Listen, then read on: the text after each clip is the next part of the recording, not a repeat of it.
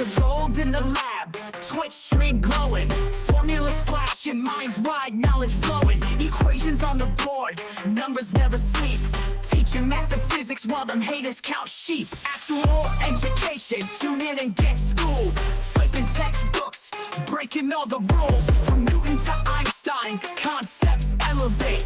Keep the stream, it's the key to our fate. Dr. Gold dropping gems, knowledge raining down. Actual education making scholars all around. Perpendicular minds, angles sharp as ice. Maths and physics, yeah, the future's real nice.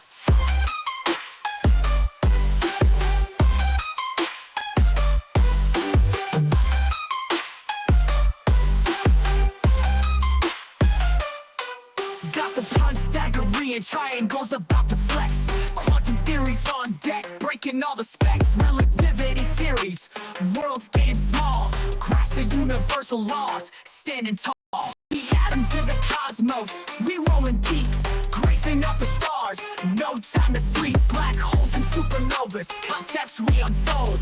Brain power heavy, yeah, that's Dr. Gold. Dr. Gold dropping gems, knowledge raining down. Actual education making scholars all around. Perpendicular minds, angles sharp as ice. Maths and physics, yeah, the future's real nice.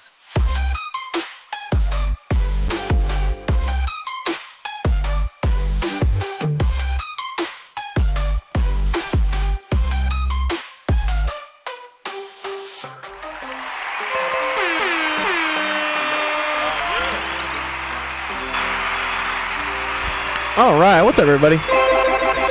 Bing bong. It's Monday. Start of the week. Oh, my green screen's messed up.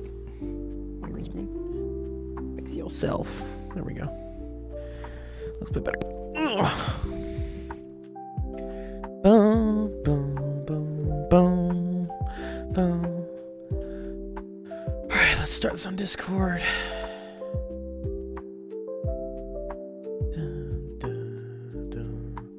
What's up, mouse? What's crack-a-lackin', dog? Boom, boom, boom. Back to school. I know, Thanksgiving break's over. Surprise, motherfucker. Oh, that's so sad. I know, dude. This is always like kind of a weird part of the year because I don't know. I think I explained this yesterday. I feel like I'm checked out because I know winter break's coming up and I just don't want to do anything.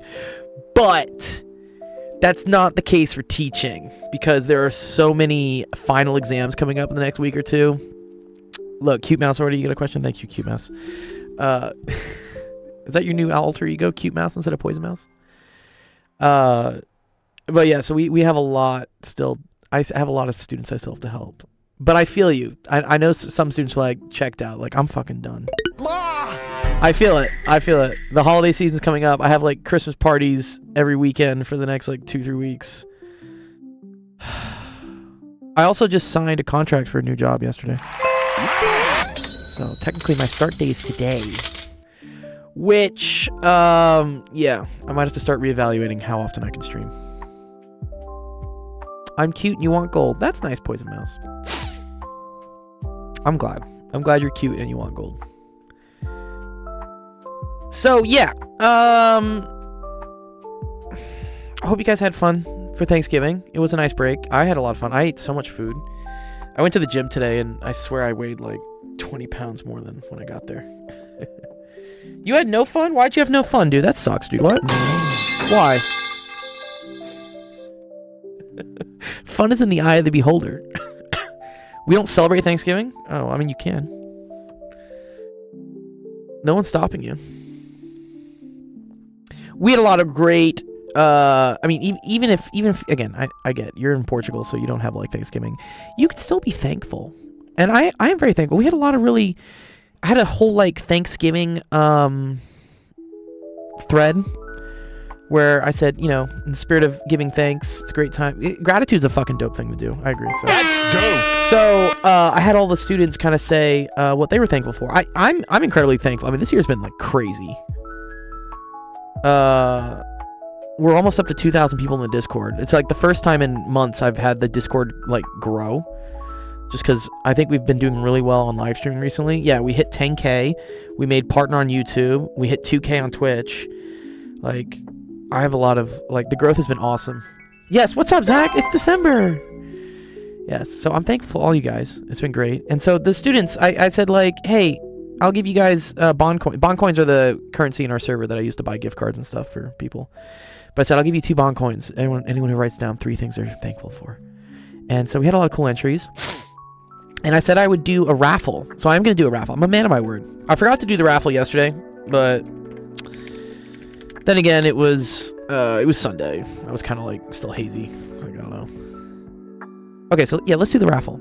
Because I said I'd give out a $10 gift card. At least 10 people said something. And I'm pretty sure more than 10 people said stuff. So, and I'm going to give double entries for ones that I thought were especially creative.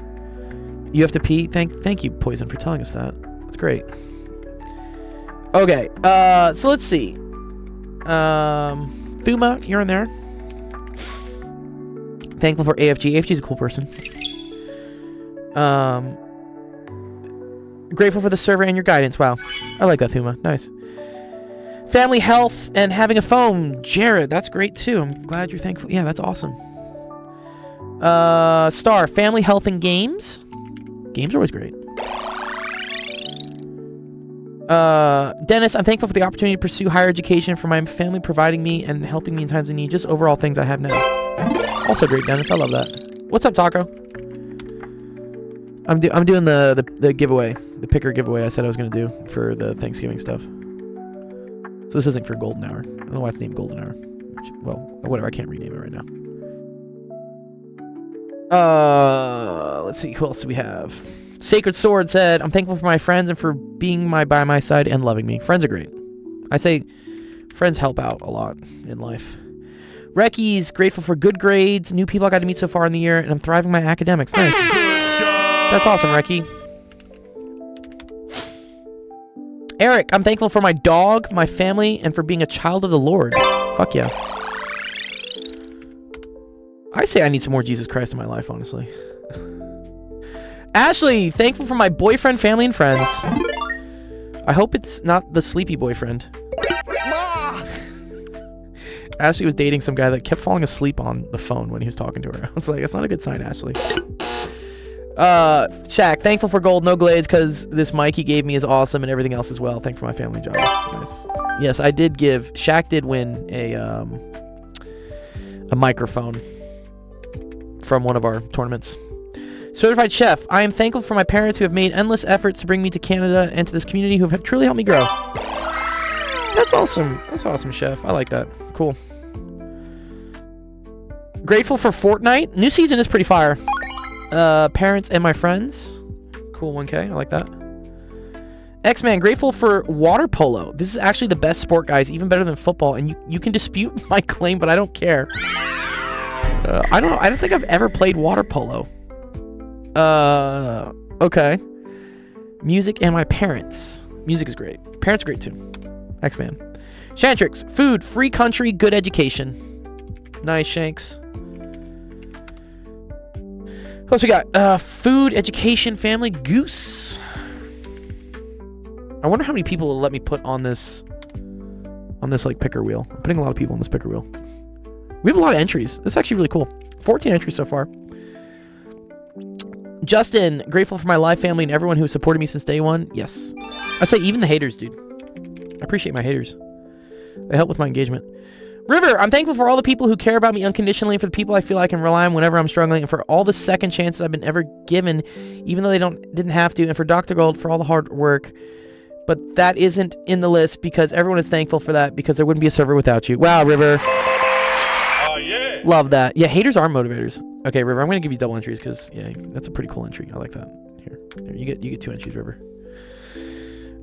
Funny Snake, I'm thankful for me, family, our healthy, Dr. Gold, education. I'm thankful for all the Calc 3 questions that Odin gives me, dude. you always, Odin's always there with the Calc 3 questions. Bob, health, food, water. The essentials to life, for sure, Bob. Family, home, safety, and friends. That's 4 things, but great. I like that, Hecker. That's cool. Safety is an unappreciated thing sometimes. Okay. Taco Cat says Drake. Wait, you're thankful for Drake? What? What? You're grateful for Drake? Okay. My family, God, Dr. Gold. Wow. Oh, love that. Thank you, Taco. I love that I'm in the list there with Drake at least. I think that's a good thing, right?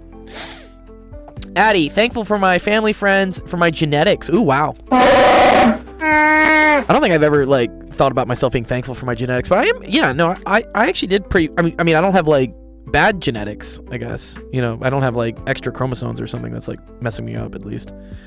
But yeah, okay, great. Privileged lifestyle I have. I got lucky for 2 and 3 because I'm Nepali. Interesting. Okay, that's cool, Addie. Nepal's like kind of a crazy place right now. Aren't they going through like a big like revolution or something? Max says, I'm thankful for health, family, and trig... Dude, he's thankful for trig functions? Oh, that's funny. Max, I'm going to give you double entries because it's just too funny. He said he was thankful for trig functions. Equity, I'm thankful for my dad being able to drive me to all my commitments and not complaining like soccer and after-school activities, being a part of the great actual education Discord community to ask for help and give rewards, and having a loving and caring family. Wow. I like that, Equity. That's nice, too. Arctan is awesome, not gonna lie, right? Yeah. The integral of it's pretty dope. Okay. Equity. Good.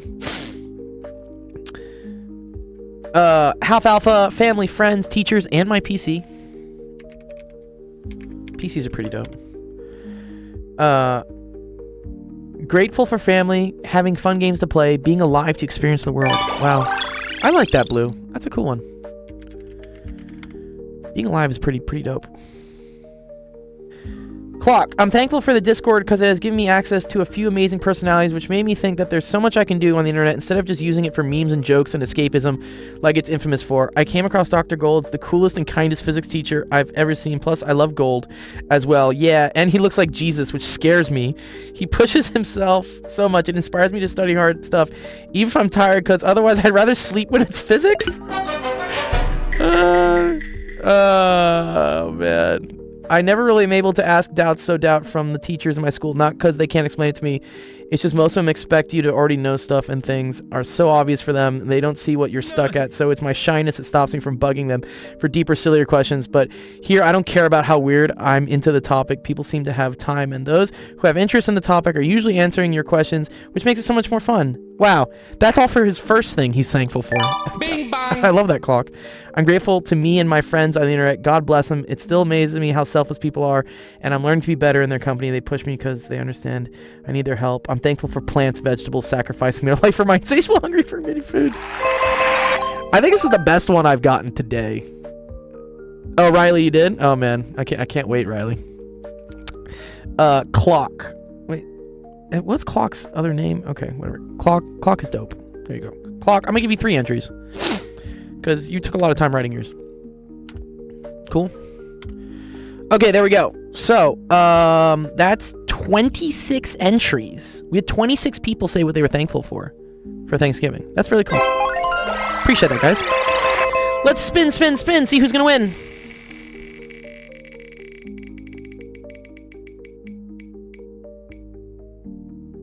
Looks like, ooh, who's it going to? It's going to Star. Congrats, Star. Nice, Star. You won. I really like this one entry, though. It was really cool. GG's, yeah. I mean, there's 26 entries. Okay, Star, if you're watching, come let me know. You won the giveaway. Any $10 gift card you want, I'll get it for you. As long as it's like a gaming gift card, not like, I don't know, OnlyFans. Okay. That being said, other news. We're going to do a 24-hour stream tomorrow. 24 hours. To celebrate Giving Tuesday. It's like the anti-capitalistic response to Cyber Monday and Black Friday. So, that starts at 9 a.m. tomorrow, Pacific time. So what? That's like, now plus like 2.5, now plus 5.5 hours. Yeah. Right now it's like 3:20 for me. So 9 a.m. will be like in like 14, 15 hours. I will be worth silver after 24 hours. I'm gonna be fucking dead, but I'm gonna do it. I might have some help also from some other friends. I think Zach said he might hop on and stream a little bit on Tuesday. Zach, let me know also if the chat link works. I'm gonna start the YouTube and the TikTok. I'm curious if you can see all the chats that come in through that link. Just let me know. But yes, that'll be a fun 24-hour stream. Come on by. We'll be helping you guys out all day, all night, and we'll see if Dr. Gold can make it 24 hours. It'll be fun. I'm looking forward to it. If you need someone to destroy your reputation, I'll volunteer. Thank you, Jeff. You're the best, dude. You got your new onesie for tomorrow? Nice. Put it on. I don't think I'll be wearing a onesie. I'm definitely wearing pajamas, though, or something. You can see Twitch right now? Cool. All right. I wonder... we're going to start TikTok and stuff real quick here, and you should see more. Okay. That being said, let's get to your questions. We already got some stuff coming up. And let's start off the stream. All right, welcome everyone to Actual Education. My name is Dr. Gold. This is Office Hours. Stream helps you out with math, homework, science, homework. Nice. All sorts of fun stuff today. It's a Captain America. You have a Captain America onesie? That's dope. I have a onesie that says #1 dad. And like, I don't think I'm a dad. Unsure sometimes though. Nice. Okay. Let's get all our other chats going. I'm not a dad. Yet.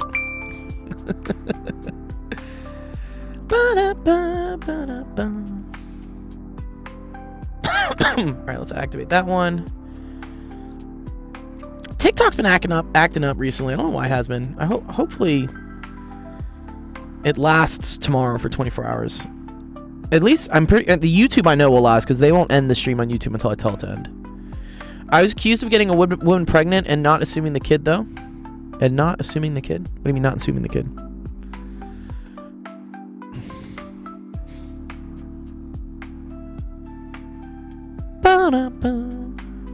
Use a fake name next time. Yeah.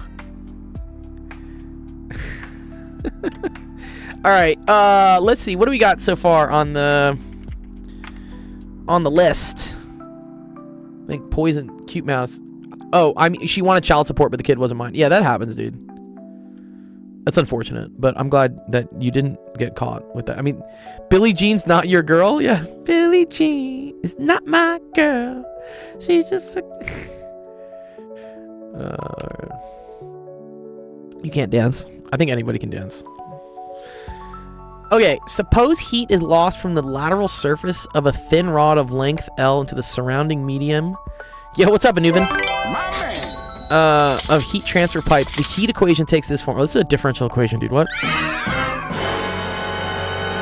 It's about to get tricky. X is between 0 and L. T is greater than 0. H is a constant. Find the temperature U of X of T if the initial temperature is F of X throughout, and at the ends X equals 0 and L are insulated. Does that mean the temperature is 0? If the initial temperature is F of X throughout. Okay, great. And this is a linear question, I guess, right? It's an inhomogeneous heat equation. Interesting. Okay. How do you think we're supposed to do this one then? Because is there like a general solution to this one? Let's see, like heat equation general solution.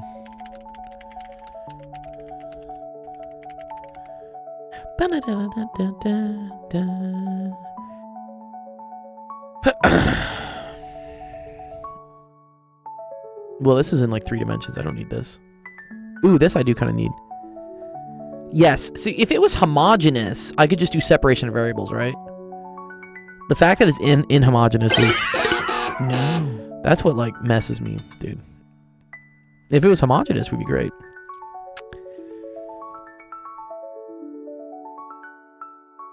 Nice. Thanks. Awesome. That is great to know, Zach. Oh, now that's so cool. So I can just give anybody the chat and it just works. Sick. Yeah, I'm thinking Jeff, not Jeff, sorry, Zach, during your takeover, you can just like kind of like see what other people are talking about. I'll basically like have your stream up on my stream But also, if people want to chat, you can see what they say.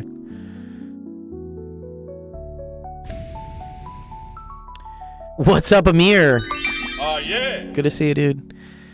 Thermodynamics isn't even good physics. I agree. Thermodynamics is probably one of my least favorite physics to like deal with. It's physics. Skip it.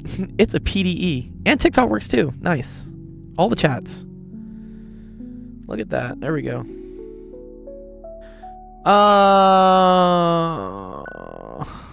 What did Poison say? Me and Zach want you to solve it. Okay. Well, I want to be able to solve it too. Partial U partial X is equal to... Okay, I agree with that. Me and my imaginary friend won't solve it.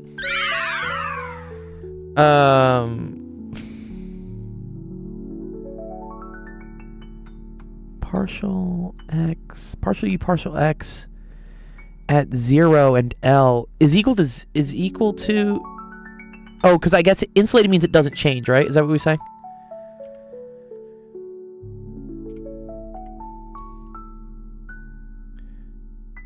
So here, this is like temperature doesn't change at the ends. I guess that's what it means, right? If it's insulated, there's no heat flux. Okay.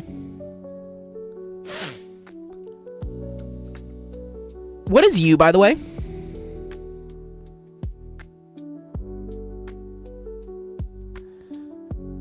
L squared convergence. I don't even know what this is.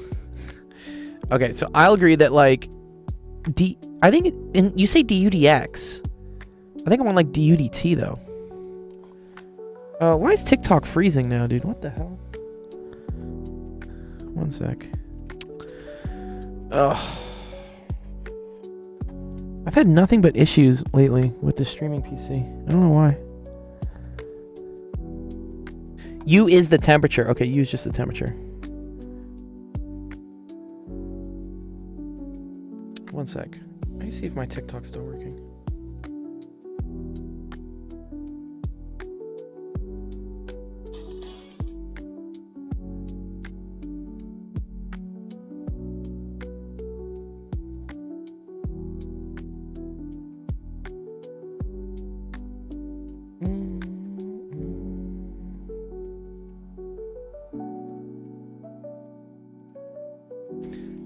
Oh, what is up with TikTok these days? I swear they updated their app and they like screwed it. Let me fix this. One sec.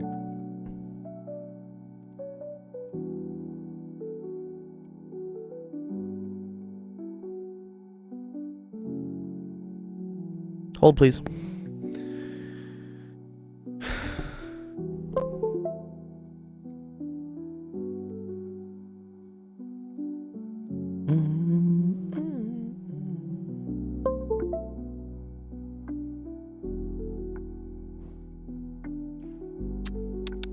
Okay, there we go. You can always joke with Jeff. No, it's good. It's good. Stream should be good now. I think the TikTok died for a second. Yeah, one sec. It should be okay now. I've had TikTok updated their platform, and I have a separate PC that streams on TikTok, which is good because otherwise it would freeze my main stream here, and so now it doesn't. There should be nothing here. One sec.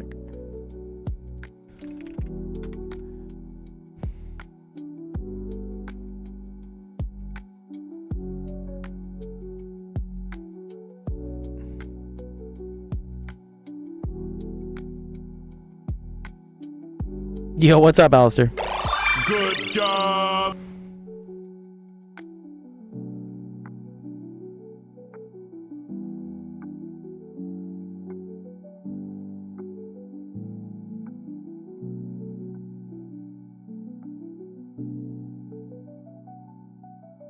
Okay, that should be fine. One sec. No, that's the Ganges. D-Ganji means like of the village Ganji. That's my... Here, let me go live. I don't know why the hell this was breaking. There we go.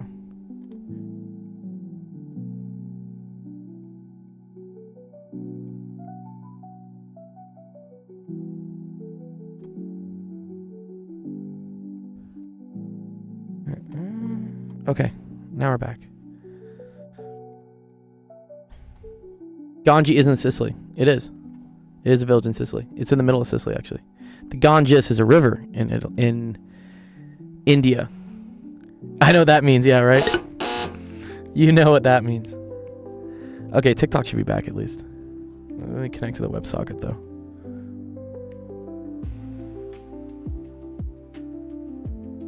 You do, Alistair? I'm glad you do. Actually, we're okay. Okay. Okay. I don't know why DUDX is equal to 0. Wouldn't DUD... I mean, you can have the temperature changing at the boundaries. I think DUDT at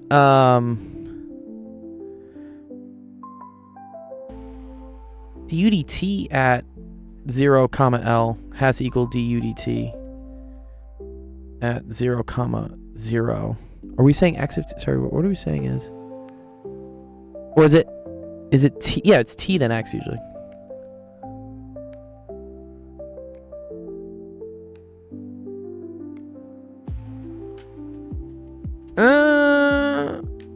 Oh, 0, T. Why is it partial X though?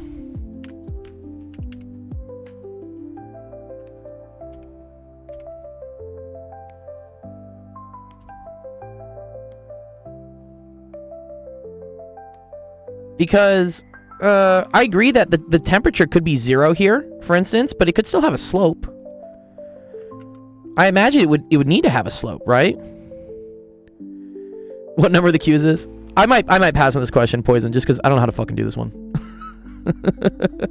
and the Q's already getting to 8 questions long. Yeah, let me see if there's the temperature doesn't change, but the gradient can change there.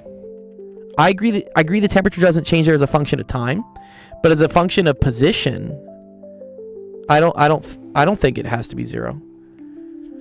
You can have the temperature be 0, but then I think this is like the graph of it. You can try tomorrow. Okay, cool. All right. Yes. All right. Let me see. Just because in interest of time, like I have to go through questions that I feel like I can understand. Which Riley, I might skip on yours too because what transmission lines? I can almost do this though. Real power, reactive power. Oh, it's close.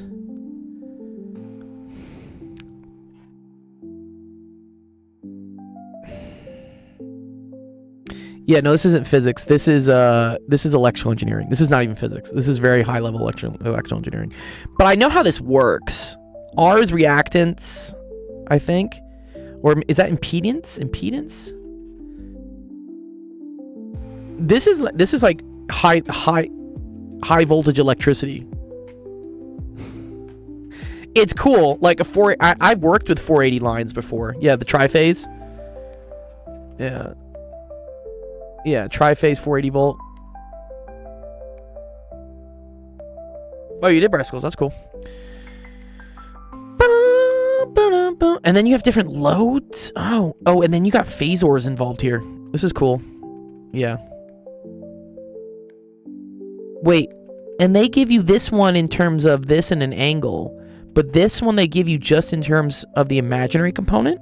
I guess that means that the angle must be 90 degrees then, right? Yes, we can definitely help with Calc 3. Okay, I'm going to pass on both these. I love you guys, but I need something I can do. Which, there we go. Neff, here we go. This is something we can do. Yes. Good night, Poisoned. Yes, it's okay. All right. Sketch the solid bounded by the sphere. And the sphere... Oh. No. This one's different. This one is 2 spheres. Your teacher does love you. Your teacher beats you because he loves you. That's how this works. Jeff, shh. This is different. This is 2 spheres. This is like a big sphere and then a smaller sphere inside, which is like located slightly up.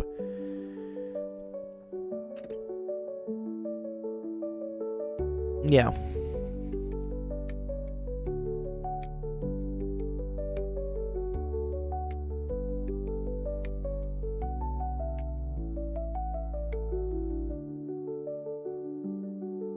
Yeah, he's doubly excited. Jeff loves spheres.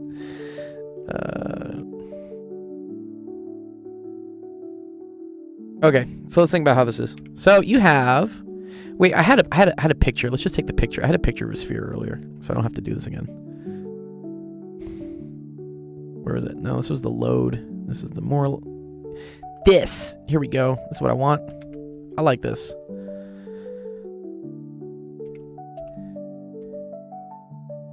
You can GeoGebra this. Oh, we could GeoGebra this. Yeah, let's actually do that. That's fun. Let's GeoGebra it. I don't think I want the calculator, right? I want the graphing thing, right? Or wait. Start calculator. Graphing, but we need like 3D. There we go. This is what I need, right? So this is x squared plus y squared plus z squared, I think was equal to 4. Right? And then we're going to shift it up by 1/2 in z and make the radius a quarter.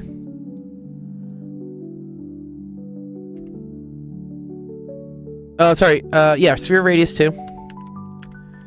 This is plus y squared. And this is plus z minus 1/2 squared. And that was equal to 1/4, right? Oh, very cool.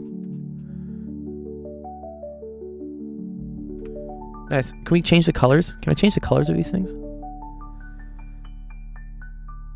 Color. Yeah, there we go. Let's make this one like blue. Or like yellow, maybe? And then here, let's change the opacity on this one.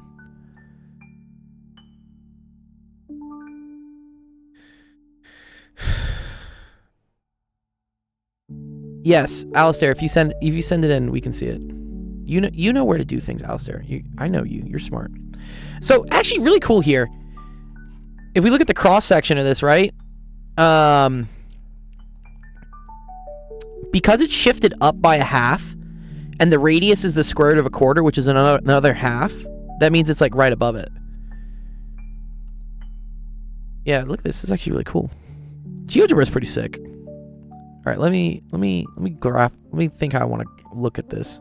I think I want to look at it this way, right? Just in the XZ axis.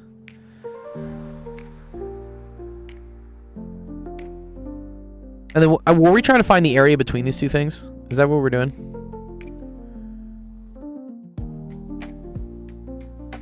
Yeah, here we go. All right, so we're gonna take this. I'm gonna dump it in here, because we don't really need this. And it lies above the XY plane. Okay, cool. You're right, Matambu. Yeah, x squared plus y squared is equal to r squared. That's how we know this is a sphere.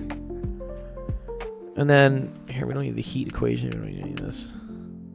Let me get like another graph so people can just kind of see. It's actually pretty cool.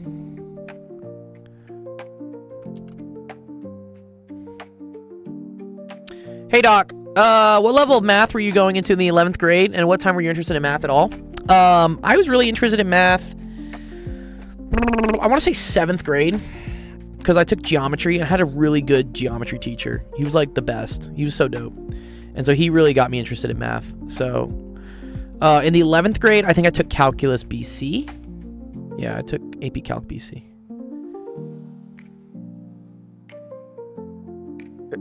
I need you to be straight. Alistair, stop trolling, dog. Stop trolling, dude. Okay. Then set up and evaluate a triple integral using spherical coordinates to compute the volume of the solid. Yeah. So, yeah, well, okay, but here's the thing, Zach, right? It's above the XY plane. So, it's actually really interesting. It's going to be a half, right? Times 4/3 pi, and then that like times 2 cubed, right, Zach?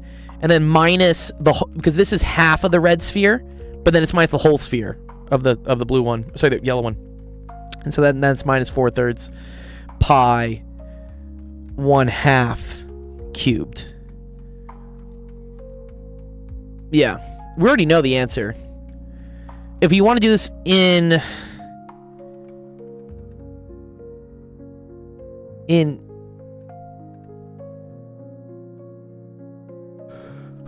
well, because it's above the XY plane, right? So, oh, that wasn't supposed to be a reply. You're okay, Zach. Is that right? So that's half of the whole red sphere. But then it's subtracting the entire gold sphere. Yeah, I think that's what it is. How to do it in spherical coordinates, though. Fascinating. It's kind of a pain in the ass.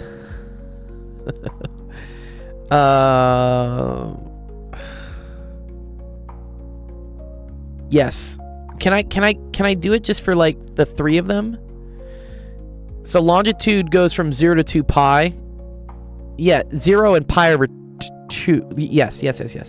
So,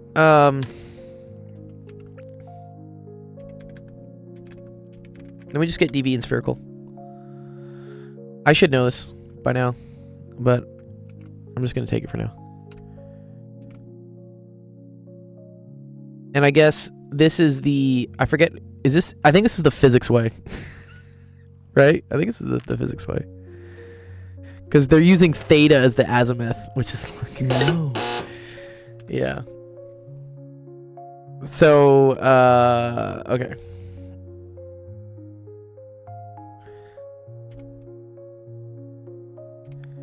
So for the red sphere, right, that's integral 0 to 2 pi d theta, and then 0 to pi, or yeah, 0 to pi over 2 d phi, and then it's 0 to 2, and then it's r squared sine phi. Right? This is for the red one. And then for the gold one, which is on the inside, that's 0, 2 pi, 0 pi, 0, 1/2. And then that's r squared sine phi, d phi, d theta. Oh, and there's a dr in there somewhere, right? Yeah, sorry. Forgot the dr.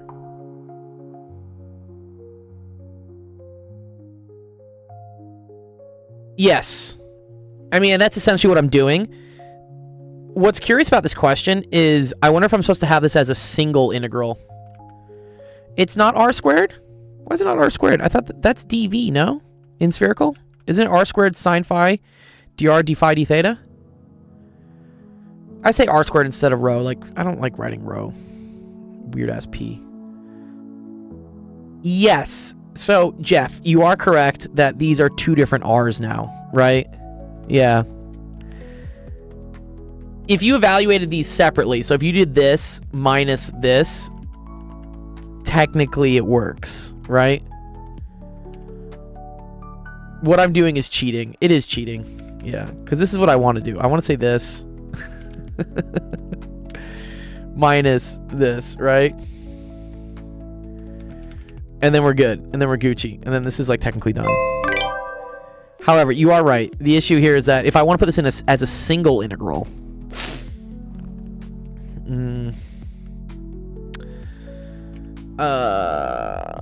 Okay, so I think it's this at least.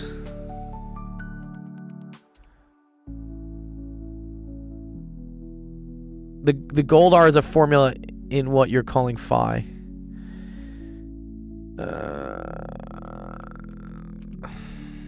Well, it's shifted though, right? That's the issue.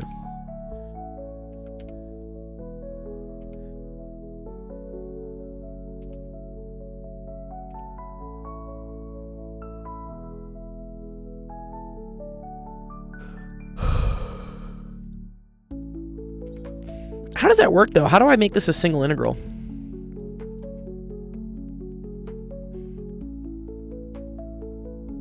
At least it's still azimuthally symmetric, right?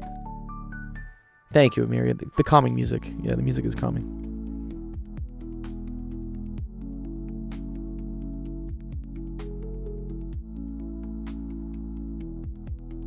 Yeah, one might say for a given phi and theta, compute r in the gold sphere.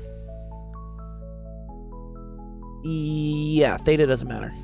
Okay, so let's think about that. So we're saying that, right, this would, for instance, like point to r in the red one, right? This would point to r. That's r. But then how would that work for the gold one? So the gold one shifted up here, right? And this has to point to this. Oh, I see. It's actually ooh, is it trig? Can we do some trig here?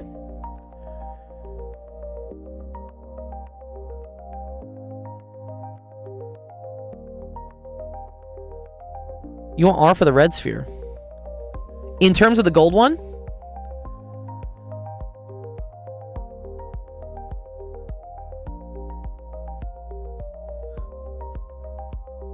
I think trig. Yeah. Well, okay, because how we wrote this integral, right, for the red one, that goes from 0 being theta to pi over 2. And I think I want to write out like how this one varies with that as well. Right? So in that case, this is phi, right? Why is it pi over 2? It's pi over 2 because if you're integrating the red sphere, bra moments, you got to go from here, which is theta equals 0, or sorry, phi is equal to 0, to here where it's pi over 2. That covers the top half of the red sphere. Okay. So then, R, so let's call this like R squiggle. R squiggle is equal to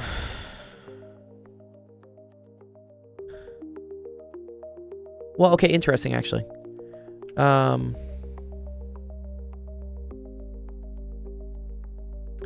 This plus this equals this. You don't think I need R squiggle?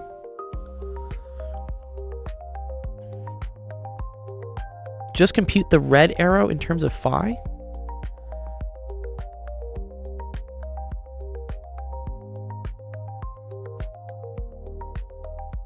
But I think I need to come up with an expression, Jeff, for what the gold R is in terms of the red one.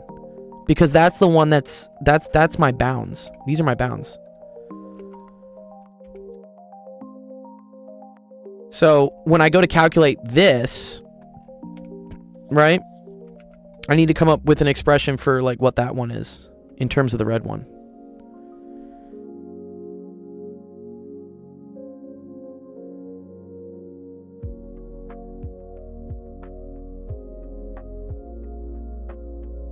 Bro says, I think you solve for P in the smaller sphere. That's what I think. Yeah, I think that's what I do.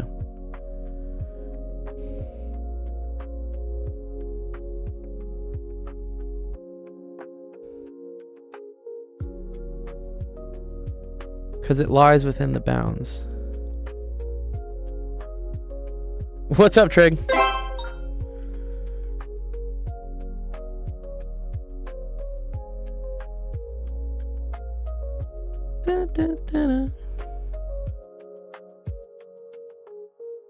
Let me just see what I want to say. All right. R swiggle plus 1/2 like Z hat, right? Is equal to R.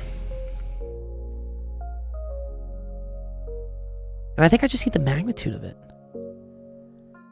Right? Because at the end of the day, I just have like R squared.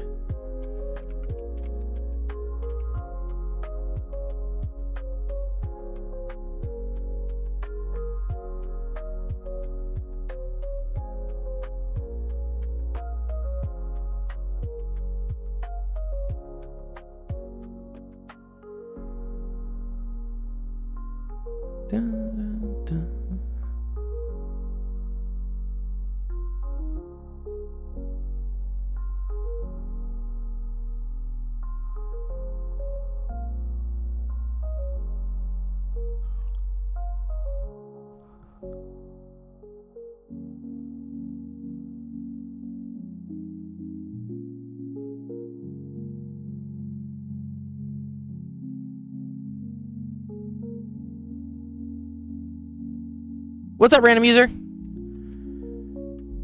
Oh, sure, Nicholas. Yeah. Upload it. I'll go through it. Oh wait, I think I kind of see what you guys are talking about now. Okay. You want the expression for what this is compared, because we're gonna do like this minus this. Oh, I see. Okay, I think I get it now. I think I get it. Yes, Jeff. Okay, great. Yeah. Sorry, that took me a second to get that. I see what you guys are doing. Okay. You're saying that, okay, for a set theta, I don't give a fuck about phi, right? I'm integrating from like this all the way out to this. Yeah. Got you. And I want to come up with an expression for like what this is. Okay. Well, if this is theta... Yeah, for a set phi, you don't give a fuck about theta, yeah. Exactly, right? Fuck theta. Okay.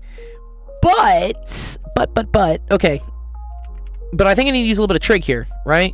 Because I know this is a half. I know this is also a half. Oh. Wait a minute. That's isosceles.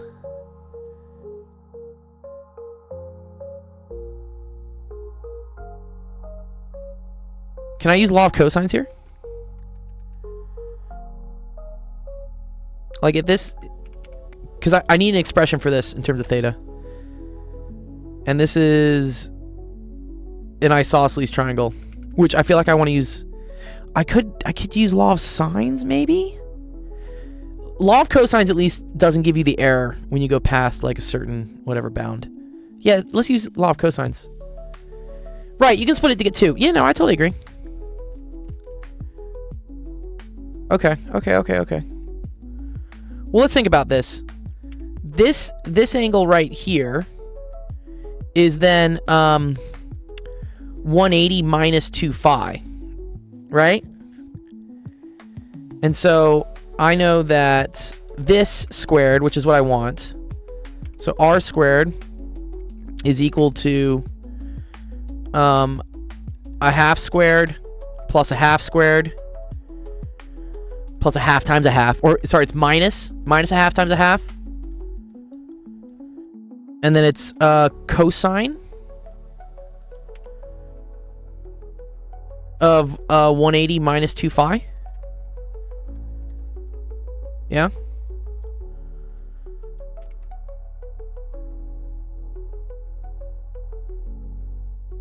What math is this? I'm taking diffie-q. This is, I think calculus 3. It's multivariable. Oh, there's a 2. I always forget the 2. You're so right, Zach. Thank you, dude. I always forget this 2.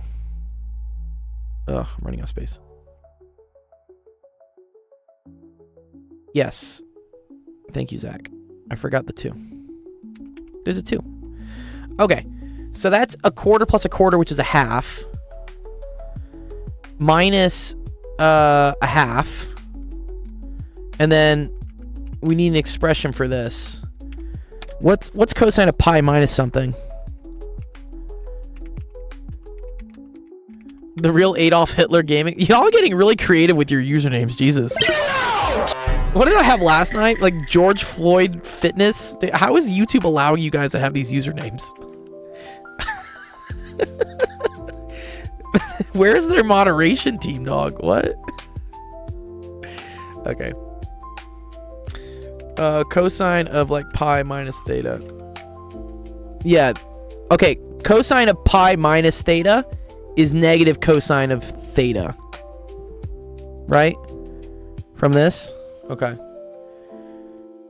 So this is, okay, plus cosine of 2 theta.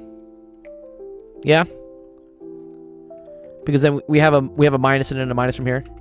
I made this when I was 12. It's so edgy.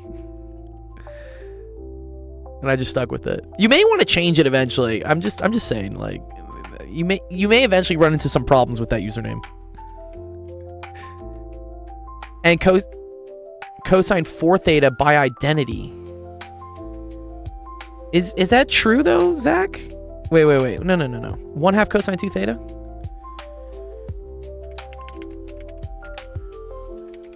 Yo, what's up, X-Man?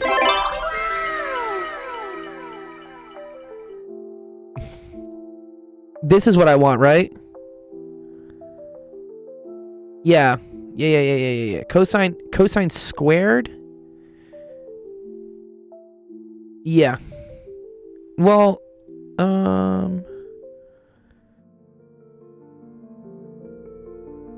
which identity we're using here, though? Oh, let's get rid of that. Wait, but there's not a cosine squared here. No? This is cosine of 2 theta, Zach, right? So I think I just want one of these. I can use any of these, right? Maybe we use this one, because this has a 1/2 in front of it, which is already nice, right?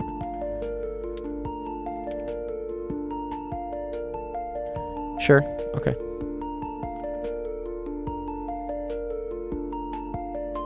Right? Okay. So then I have this is equal to 1/2. Oh, this is very cool. Look at this. Watch this, Zach, right? Because I have 1/2 plus 1/2 minus 1/2, so that goes away. That's actually really cool. Oh, this is super sick. Oh, this is just going to be cosine squared x. So wait, whoa. Or, sorry, and it's theta, right? Or, sorry, it's phi.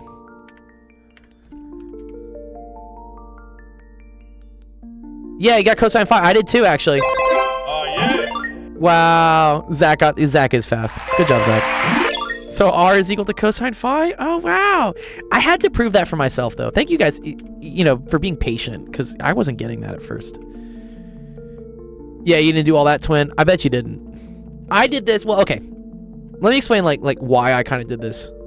I used the fact that this is a circle, which means that these lengths are radii, which are the same, right? And then you can use law of cosines to figure out what this side is based on this angle. Very cool.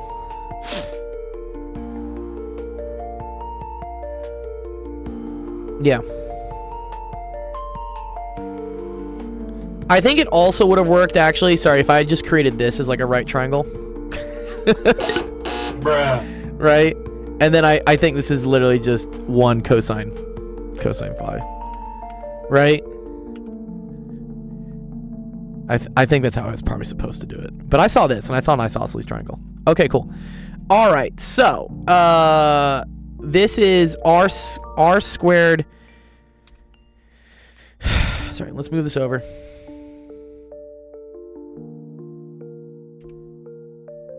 What's up? What's up, X-Man? No, we finished it. Minus cosine squared phi, right?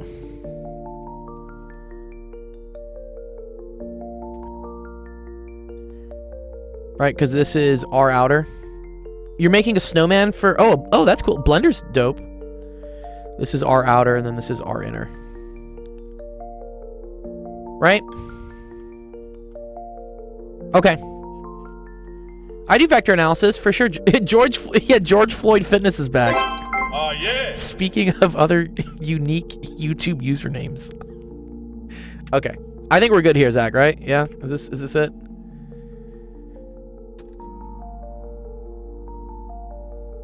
What is this? Why is this low-key my P set? Because TikTok listens to like what I go over and then it brings you to this stream. That's how this works.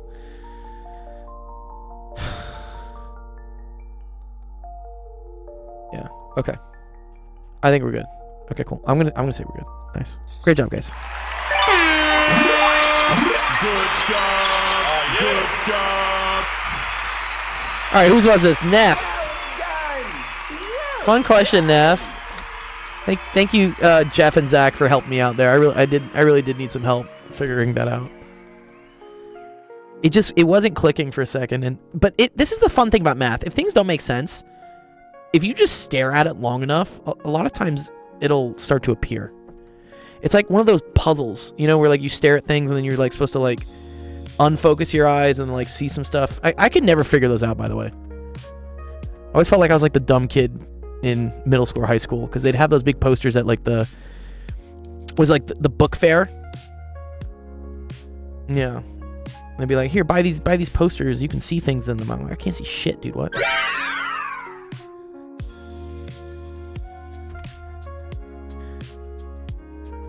Oh yeah, X-Man, send it to us. We'll get the opinion of the stream, dude. You watched a Hitler documentary in class today? Interesting. There's a theme going on here. I mean, there is that new movie came out. What, Nuremberg? I found myself going on a little bit of a YouTube dive to like I was curious about the Nuremberg trials actually. World War II in general was a fascinating thing as a kid. I was really, you know, Call of Duty, all that stuff was fun.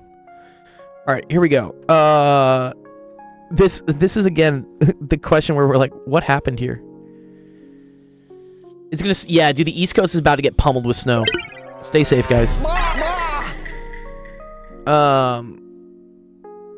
I think we did. Didn't someone do this question already in my channel? Trying to remember where it was. Oh yeah, it was here.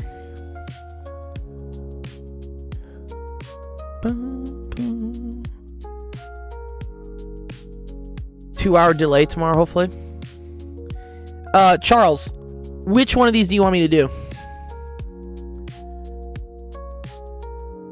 I guess we could do both. It's not gonna take very long. I'll do the first one for you, Charles. Well, actually, I had Office Hours already did. It did problem 4 for you. So here, let's do problem 5 then. Problem 4 got done by the bot. Oh, is this your wait, let's see. Where do I see it?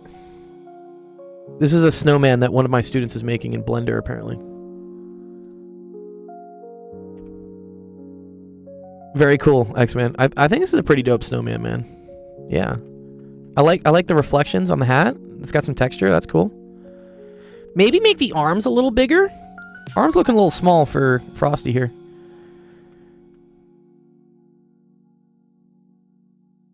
And then, are these like 3D? Are they like, or are they just dots?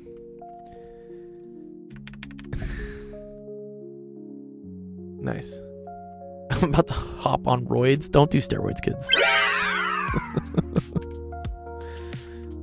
I've never done steroids. And what is it? I benched 260 today. It was a set of, I did 7x5. Yeah. All right, here. Let's do the plumber question. All right. A plumber charges $25 for a service call, plus $50 per hour of service. Write an equation in slope-intercept form for the cost C after 8 hours of service. Cool. What's up, Justin? What's cracking, dude? How was your first day back at school after the break? Dude, I didn't have to do shit. Oh, nice. Love that, dude. That's dope. Literally, math was optional for me today because I didn't have to take any notes. Okay. Science like it was a didn't chill. even exist today. What do you mean didn't exist? Your teacher just didn't show up? ELA was easy. It was just a free read. No, the class didn't exist today, so I was like, you know what? Fine. Okay, I got to start science today. Yeah. I feel you. The Keating guy? Oh, I gotta warn you guys. Yeah, don't. So back in my day, the big fitness guy, his name was Z's. Does anyone know who Z's was? He eventually died. Yeah, so like, yeah, he was only 22 years old. But Z's, dude, this guy was the legendary like bodybuilder of my age. It was always like, Yo, This dude was definitely hopped on steroids though, but like, and then he died of a heart attack at 22. So I mean, he was a legend for a short amount of time. So don't yeah, exactly. He's gonna die. Yeah, don't do it. Don't do steroids, kids. Like, I get it that it probably looks dope and stuff, but it's not worth the death. What's up, Mistral? My man. Yeah, make some low poly. Yeah. Make some snow in the background. All the math streamers are AI. You have proof. You have proof that all the math streamers are AI. Alpha Mistral, show me. Okay. Whatever it takes. You know what it takes? Go to the gym. You don't need steroids. Maybe just like eat more chicken and like some protein shakes. Steroids is like cheating. And then also it's like fake gains because you're not actually really stronger, and it goes away the second you stop like cycling. It's like the dumbest thing.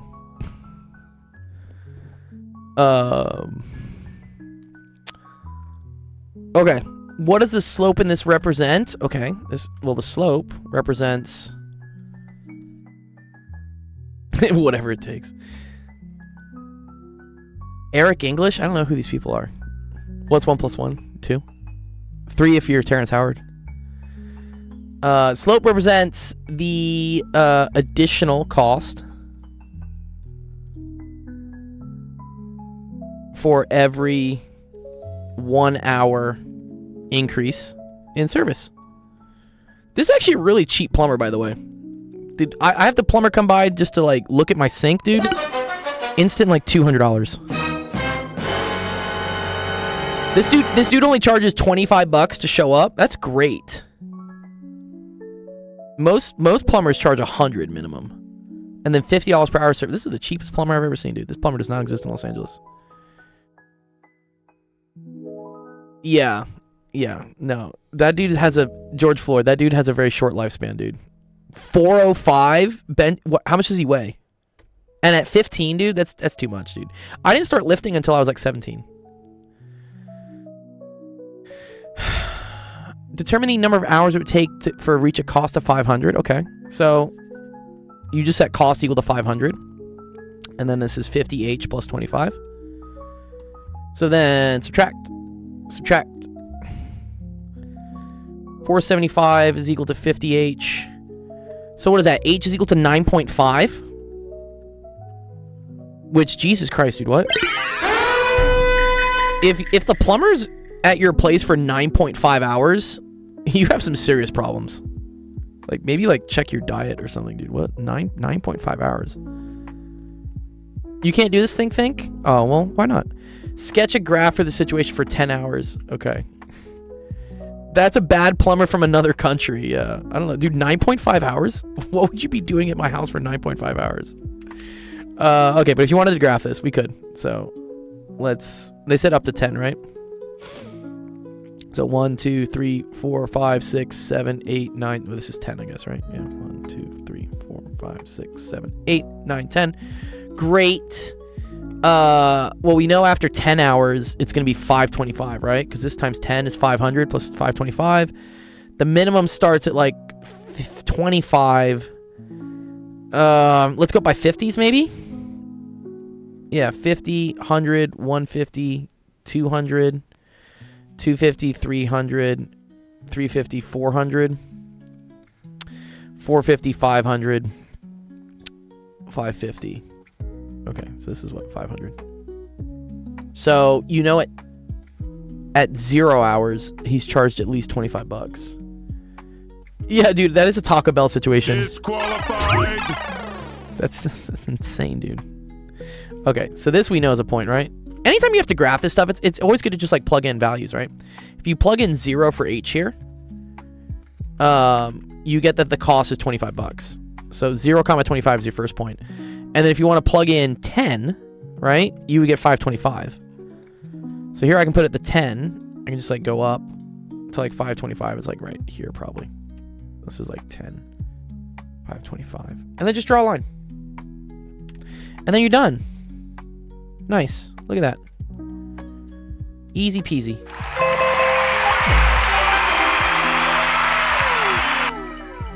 You're pretty stupid. I don't think you're stupid. Think. The fact that you're watching this stream already means you're smarter than most.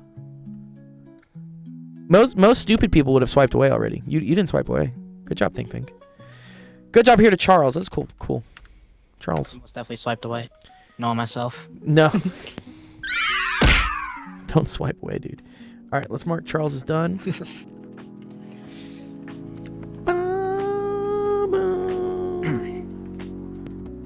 All right, nice.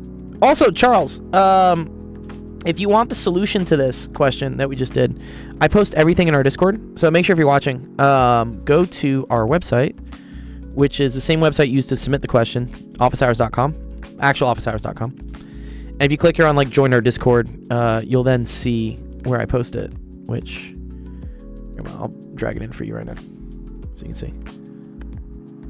So there's your question. And then here's the screenshot. Understand 6-7? I don't think anyone can understand 6-7.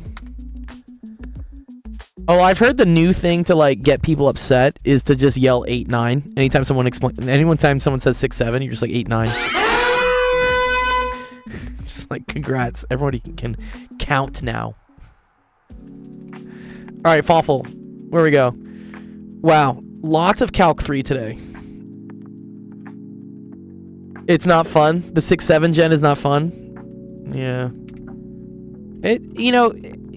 So 6-7, I think for Gen, it's kind of Gen Alpha, honestly. It's late Gen Z.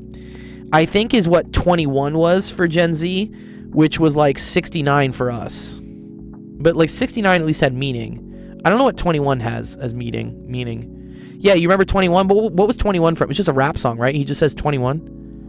6-7 is just like some kid just doing this. And like, there's like literally no background to it. Where does 21 come from? Someone educate me on the lore while I figure out the spherical coordinates for a plane. Oh, some guy asked a kid what's 9 plus 10 and he said 21. Oh no. Oh, that's the joke. Oh, okay. So we're just joking that like kids can't do basic arithmetic. Okay, you still understand 6-9. Okay, great. Nice. Okay, see, yeah. That meme at least had like some like relevance to it or like meaning. 60, yeah. There's this whole joke about how like 6-7, like I don't know, 8, 6, 7, 8, 9. Because what 7, 8, 9? Yeah, why is 6 afraid of 7? Because 7, 8, 9. That's the joke. That's where it comes from.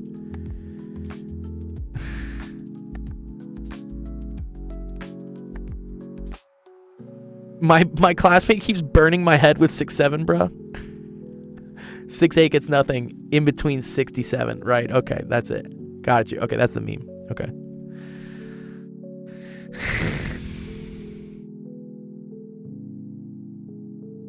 Wait. Dude, this is a joke. Wait, what? What? This is literally the same fucking question we just did. Dude, who's sending me the same question?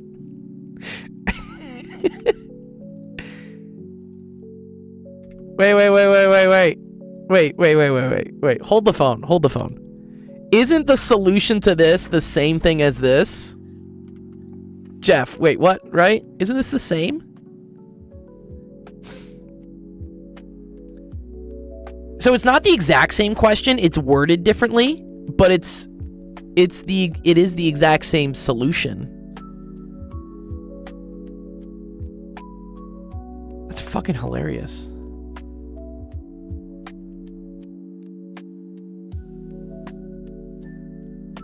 Okay. So from before.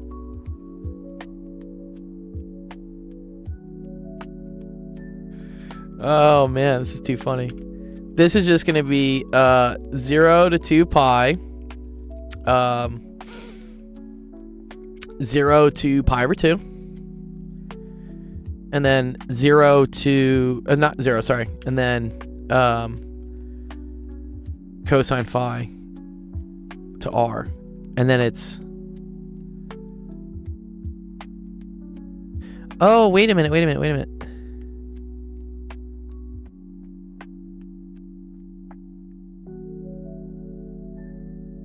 This shouldn't have been 0 to 2 though. Ooh. This should have been cosine phi. Right? I guess you get the same thing though, right? It's the same answer.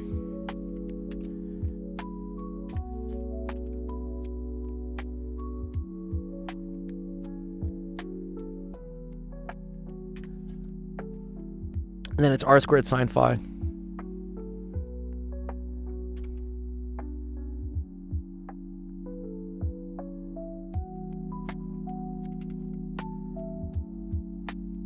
Yeah, that's what it's supposed to be. Yeah, I don't know why I don't know why I did pi r squared r outer minus r inner. Cover it up, man. Am I good? Am I good at everything? No, I'm definitely bad at certain things. It's okay to be bad at things. That's how you get better at things. That's what I say. Okay.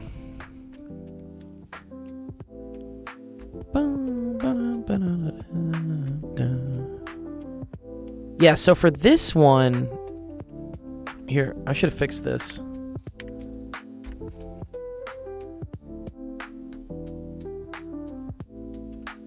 Here, this was r was equal to cosine phi.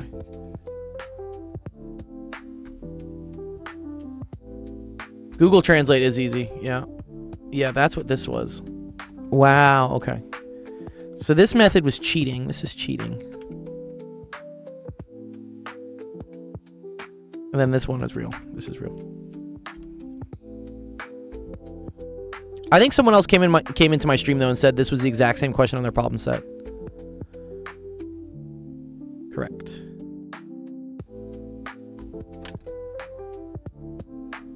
I don't wish I could go back. Dude, high school was rough. What? I would do college again. College was fun. High school was pretty tough though, man.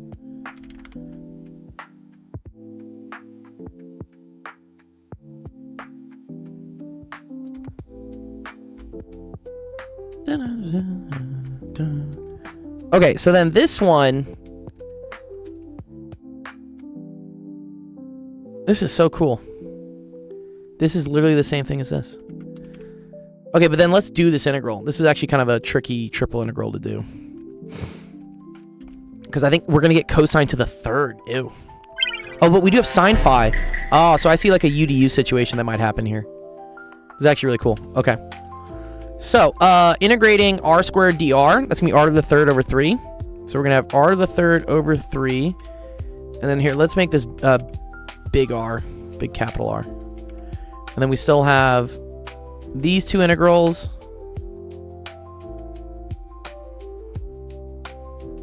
And then that's still sine phi d theta d phi.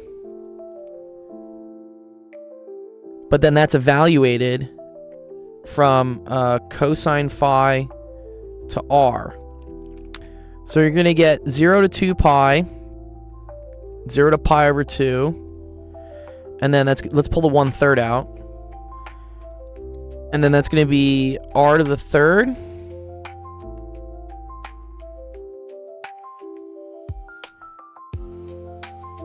Minus cosine to the third phi. And then we have sine phi. D theta d phi. So, right. I gotta change the order around. Sorry. Let's make this 0 to pi over 2. I'll do this one at the end. And this is 0 to 2 pi. You're doing Fafels? Yes, this is Fafels. Which is interesting because Fafels question that they asked is, which is this one right here, has the same solution as this one I just did earlier. They're two separate questions, but they're also both named number 6. That's kind of suspicious, right? It's kind of cool. Like, what are the chances that you have two questions, same number, but and they have like the same solution basically, but they're technically two different questions? Yeah. Okay. Okay, then we can do, let's just do the d theta integral.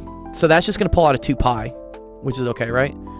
So then we have 2 pi over 3, integral from 0 to pi over 2. And then this is r to the third minus cosine to the third phi, sine phi d phi. So integral of r to the third d phi is just going to be r to the third phi from 0 to pi over 2. So that's just going to get me pi over 2 cubed. Wait, no. Sorry, no. That's just going to give me r to the third. And then this is going to be pi over 2, right? This integral, interesting. Okay. Integral, we'll put the minus later. So cosine cubed phi, sine phi d phi. This is a great example where u substitution will help you out. Because I don't really know what the integral of this whole thing is, but I know what the integral of something to the third is. As long as that something, the derivative shows up somewhere else. So I'm going to say, let's let u equal cosine of phi. Then du is equal to negative sine phi d phi.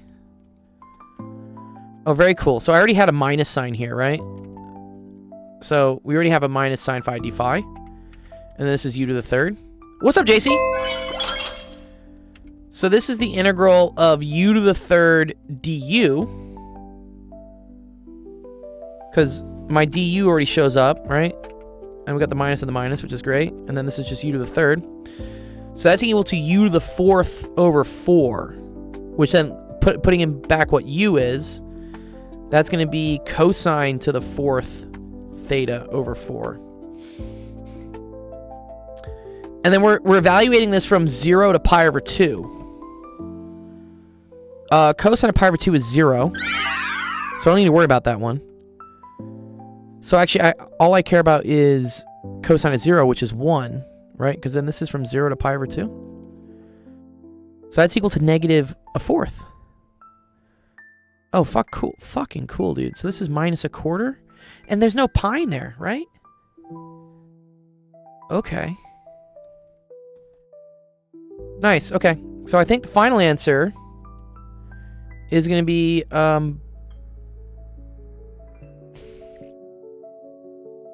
peace, Roman. Good luck on your assignments. You don't trust the weather? What's wrong with the weather?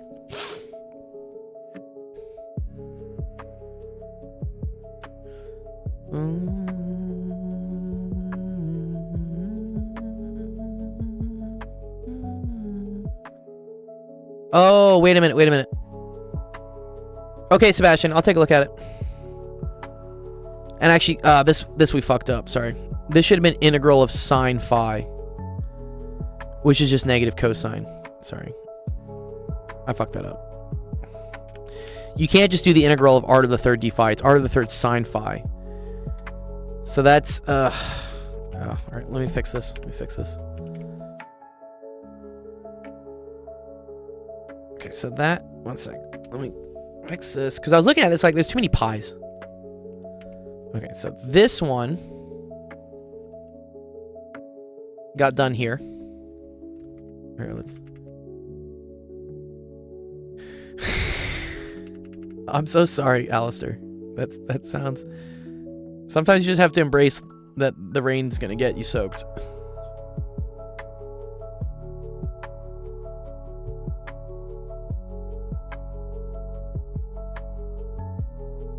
Jeepneys. Oh, wow. That's a Filipino thing, jeepneys. I've ridden in a jeepney. This is integral of r to the third sine phi d phi, which is going to be negative r to the third cosine phi from 0 to pi over 2, which is going to be 0 minus 1, so plus 1. So this just equals r to the third. Okay, I think I got this.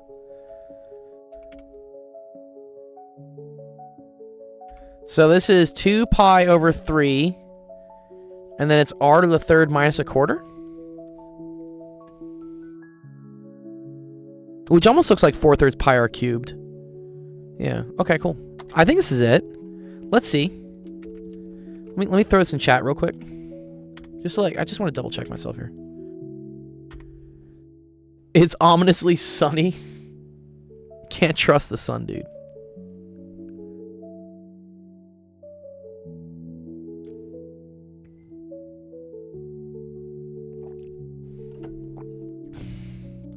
I just need to make the right one.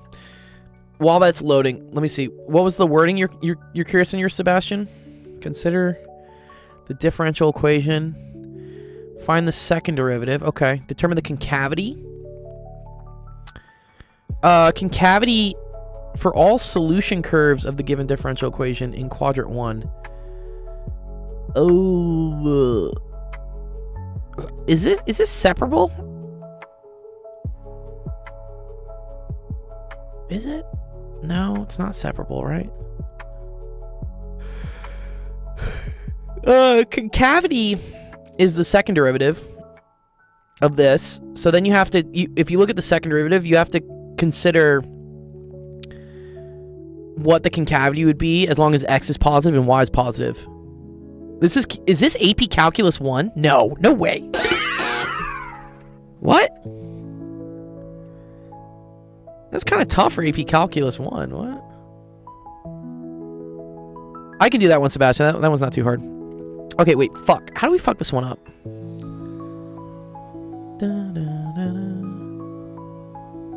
31 pi over 6? What the fuck did I do wrong here? Wait. What is R? Oh, R is equal to 2. Oh, duh. Sorry. There actually was an answer for this one. Sorry. 2 pi over 3. 8 minus a quarter. Which is, what's that? 32 fourths. So it's 31 fourths. So 3 pi times 31 over 4. Which is 62 over 6. Which is equal to 31 over 3. Is that what they got? They got 31 over 6. Fuck. Oh, this is over 12. No, we're good. Yeah. There we go. Okay, cool. Alright, this is right. Yeah. Okay, cool. We did this correctly. Nice. Good job, guys.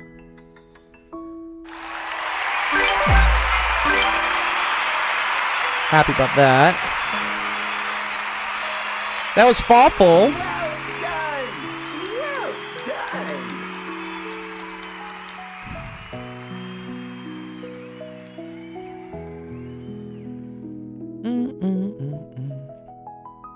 What did I study? I studied plasma physics for my PhD.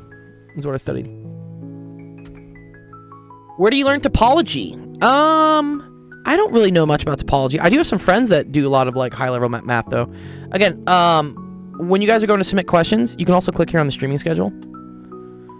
And the streaming schedule has a cool little calendar showing all the different times that people are streaming. So, Zach right here, either2iPie, he probably knows a little bit about topology, or he can at least point you in a better direction. I don't really know much about topology. It's a higher level math. You're currently doing mechanical engineering. Sick. That's a good degree plan to be in. Becky's pretty cool. All right, here, Sebastian, just because I feel like I can do yours real quick. This is not too hard. Let's just do this real quick. I think I can get this. Tomorrow about to be crazy. I'm about to be up at your regular hours, JC, dude. I'm gonna be up at your regular hours. Yes, we are doing a 24-hour live stream tomorrow. I'm preparing myself. I need to go to the store and like get like, I don't know, like snacks. Like food. Maybe like a lot of like Red Bull. Okay, so if dy dx is equal to 4x plus y, then finding d squared y dx squared just means you do d dx on both sides. Okay. So this gets you d squared y dx squared. So d dx of 4x, that's just equal to 4. Right? Derivative of x is just 1. And then this is just like plus dy dx. But then look, Sebastian, dy dx is the same thing as this, right? So you just get that this is equal to 4 plus 4x plus y, right? So cool thing here. So this is the concavity, right? The concavity is always the second derivative. So in quadrant 1, x is greater than 0, y is greater than 0, yeah? So look at this, right? The concavity is always positive.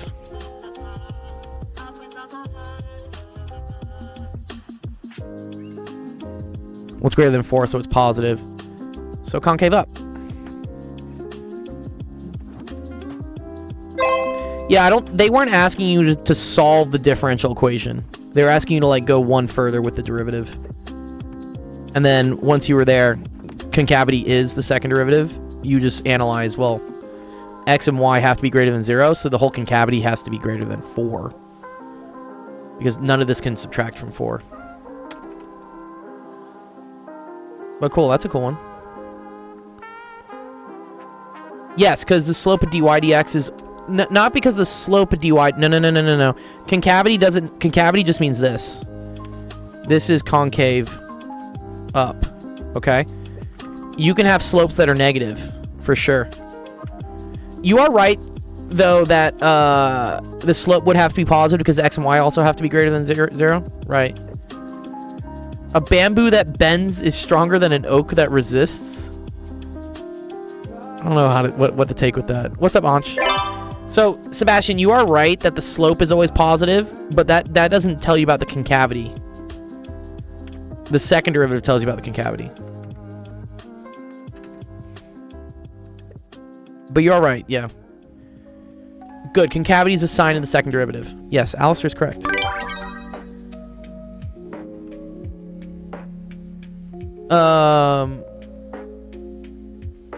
And then here, this one real quick. Write an equation of the line tangent to that. So tangent to that, you get like, so that means the slope, dy dx, is equal to 3x squared minus 6x. Okay. At the point of inflection point is when d squared y dx squared is equal to 0. So the derivative of that is just going to be 6x minus 6 equal to 0. So at x equals 1, right? So then the equation of the line, y is equal to dy dx at x equals 1 times x, right? This is like the slope. And then we have to do like plus b. Correct. Oh, yeah. Sorry. You're right, Sebastian. Yeah, sorry. Night, random user. Giovanni, let me know if you have any questions. What questions are you going to answer for me, Alistair? Okay, so this is equal to 3 times 1 squared minus 6 times 1. Oh, thanks for the rose. Best GMAT prep. Oh, that's cool. What do you do, best GMAT prep? Do you have like videos on preparing for the GMAT? Is that the... What's the GMAT for? Is that like a graduate level exam? Okay, so you have y is equal to negative 3x plus b. And then to figure out b, you have to plug in a point.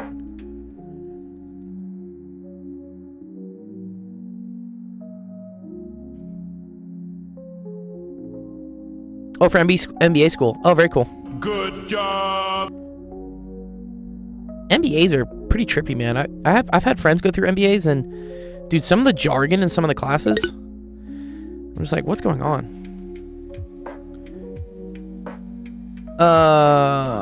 Okay, so if you want to plug in the point, any advice as a PhD to someone starting their PhD? Don't give up. You're gonna get to a lot of points in your life where you want to quit. Trust me, dude, because it's fucking rough. Just don't quit. Also, I would say get involved with research as soon as you can. I know in the U.S., PhD programs, you don't really need to have a research idea until like your second year, but it's good to like get the ball rolling early, because whether you have a good or a bad PhD experience is very dependent on who your advisor is. I was lucky. I had like one of the best advisors I could have asked for. My advisor was awesome. Super dope. That's dope. But I know some people that didn't have great advisors.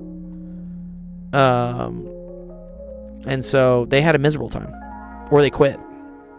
So I would say, yeah, be very careful about who you pick as your advisor, and try to like find the good ones early, because they get taken up quickly. Yes, Sebastian, you could do that as well. That's also fine. And that's literally what I'm doing. So sorry, when you're saying like T of A, so you're saying like T of X is equal to, or it needs to be T of X, not T of A. And it's F prime at A, X minus A, plus F of A. Yeah. You totally could. And that's actually what we're doing here. Because then when you plug this in, you get -6 is equal to -3 times 1 plus B. So then B equals -3. So then your final equation is y is equal to -3x minus 3. If you wanted to do it this way, would have been the same thing, right? -3, and then that's x minus 1 plus -6. And I think you get the same thing. Yeah. Right? -3x, positive 3 minus 6. You also get -3. Yeah. Nice. Okay. I hope that helped you, Sebastian.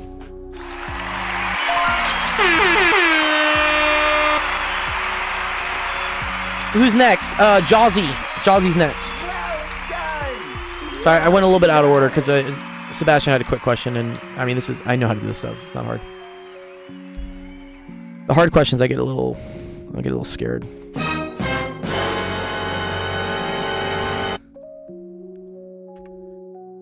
Yeah, you're welcome, Sebastian. I'll post the solution in our Discord, so you can have a copy of it.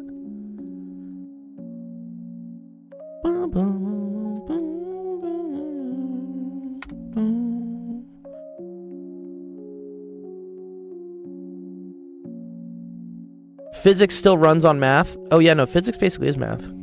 Math was created for physics. Dude, what is with all the Calc 3 questions today? Y'all are fucking getting me, dude. Different platform, but I always find my way back. What's up, Riley? You can't escape it, dude. You can't escape. The knowledge wants you. Oh, man. Oh, you guys. I've had 3 questions today about calculating the volume of things that are 3D. Do you have a mod? I do have a mod. I have many mods.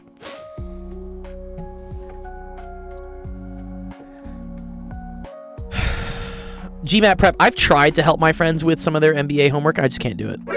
It's way too jargony. I don't know what's going on. Here, let me go see your TikTok, by the way. Sorry. TikTok. What are you? Best GMAT prep.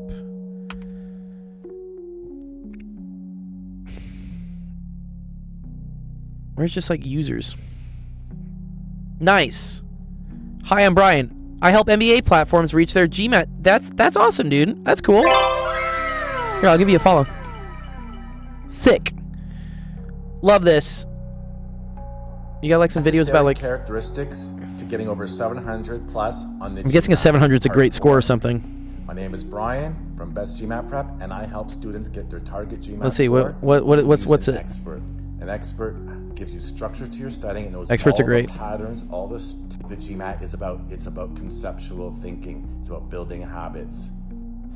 Today we're talking. Oh, if I scroll here, it goes through all of them. Nice. Hey guys, You do the Brian from LSAT Best too? GMAT Prep, and today I got a good tip for you, and it's a simple one, but very, very important.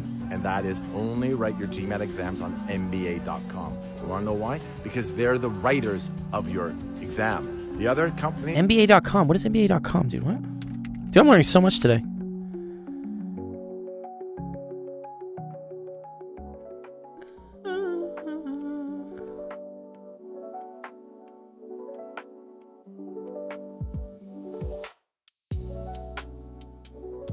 Cool.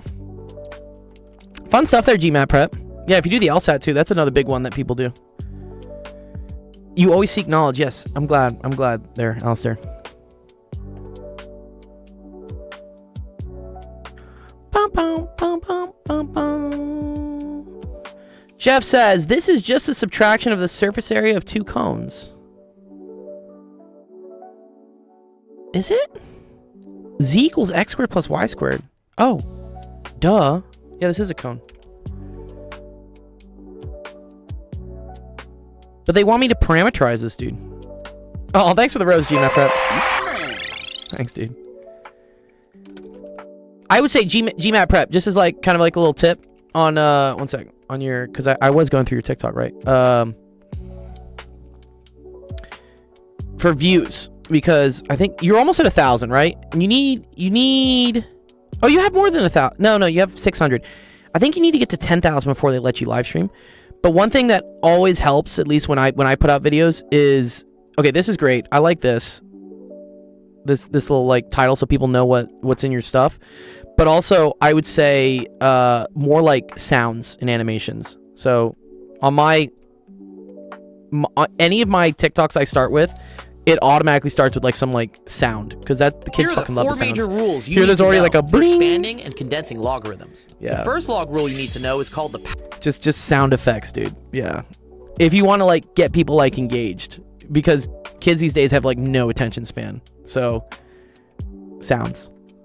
You're not tech savvy? So it's the beautiful thing, GMAT prep, is that you don't have to be that tech savvy anymore to add sounds. I think like CapCut is a really easy editor that they have like built in within TikTok. You can just like drag and drop shit in. You don't have to get all crazy with the animations and stuff. A lot of the stuff I find like GIFs and things and I just put them in it. Or I don't know, I think there should be like some AI program now which says like, hey, stimify my video. Also captions. Wait. I don't think you have captions on your videos. Yes, GMAT prep? Captions. Number one thing I would add, maybe. What are the Yeah. So Because another reason is that a lot of students watch these TikToks when they're in like class where they can't have their volume on. So if you have captions, they'll just read what you're saying anyways. And I think that's a very easy thing to add within CapCut. You just say like generate captions and it'll just do it. It's true. Yeah, kids have it's okay. I don't blame the kids. I understand why they have no attention span, bro. Have you seen like TikTok? Like, we've conditioned people to have no attention span. Or not we, but you know, the corporate whatever tech. Corporate tech has conditioned kids to have no attention span. Because that's how you sell advertising dollars. Is if you can just like keep people swiping through things. So yeah, rather than fight it, I say just play the game. And for me, playing the game is I put like sounds and effects and captions and all sorts of things in my videos.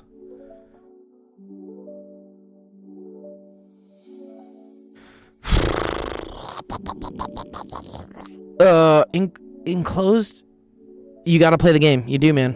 I mean, you know that. You're literally a GMAT prep person. The GMAT in itself is already just a fucking game, right? All these standardized exams don't really test on like how smart you are. They test on, did you play the game? Did you do the practice problems? Did you do the, I don't know, did you memorize the quick tricks for this? It's all about just, did you play the game?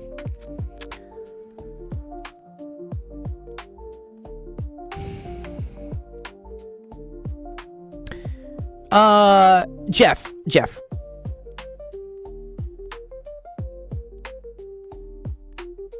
Yes, conceptual thinking, street smarts. Yeah. Jeff, I don't think this is this is not 2 cones, dude. What? It's just between z equals 0 and z equals 4. Isn't it just the surface area of a cone? I think it's just a single cone here. You're right. It's 1 cone. We got excited thinking it was 2 cones.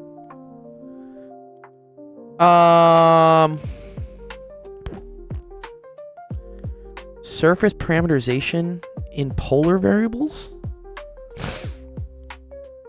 I don't know. I love just doing things in cylindrical coordinates. I feel like I want to do, because this is, right? Z squared equals R squared, basically. So Z equals R. So can't I just integrate R d theta dz from 0 to 2 pi? And then this is from 0 to 4. But in this case, like, R is equal to Z. Is this okay? Let's just see. 0 to 4, 0 to 2 pi. And I think I can just say Z d theta dz, right? So whatever, you're going to get a 2 pi out of this. Triangle with base 2 pi 2 is 8 pi. Wait.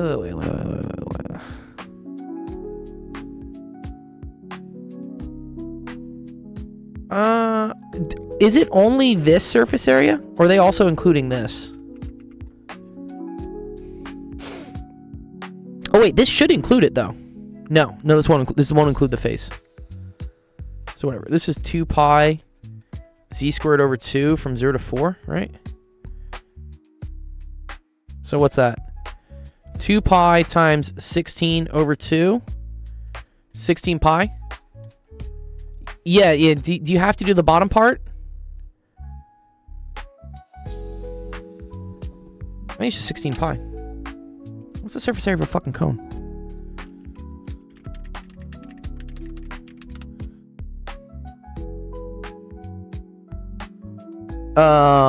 Yeah, pi RL. Oh, okay. Ew.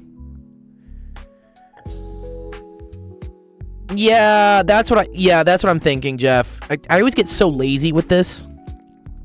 I just want it to be R d theta dz.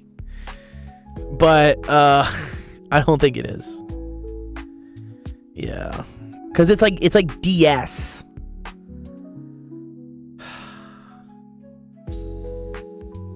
Yeah. Well, let's see.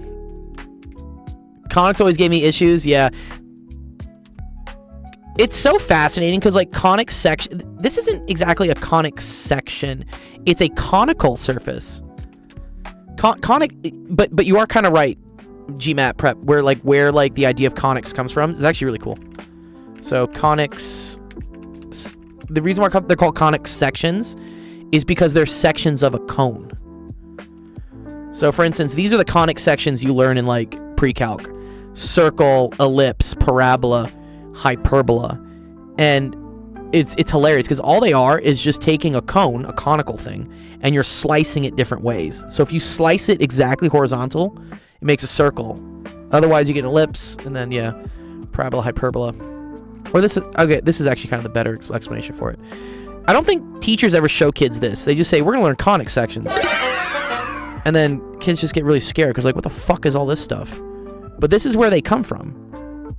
It's actually really cool. It's about, like, taking two cones, like an hourglass thing, and slicing it different ways.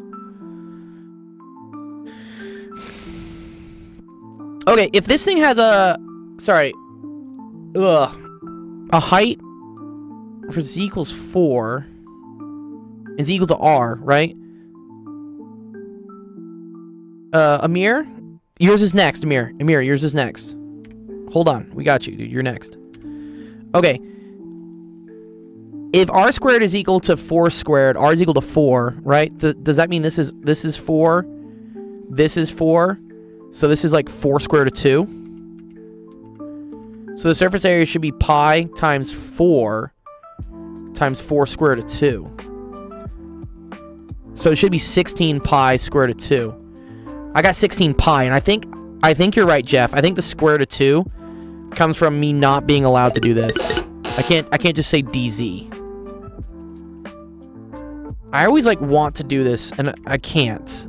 I want to take what basically the circumference is, or the arc length, right, of this, and then I just want to keep stacking them on top of each other, right? The issue is that it's you can't stack it up by dz. You have to stack it like this way, right? Like this ds. Uh-huh. Oh, show me X-Man. Yeah, show me the snowman. Yes, as Z changes, you get little trapezoids. Exactly. Yeah. Yeah, you get like little things like this.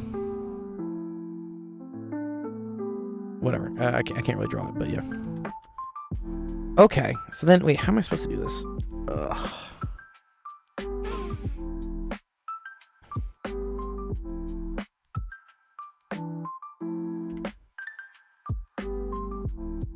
Let me draw this out as a graph. I think I'll understand it a little bit better.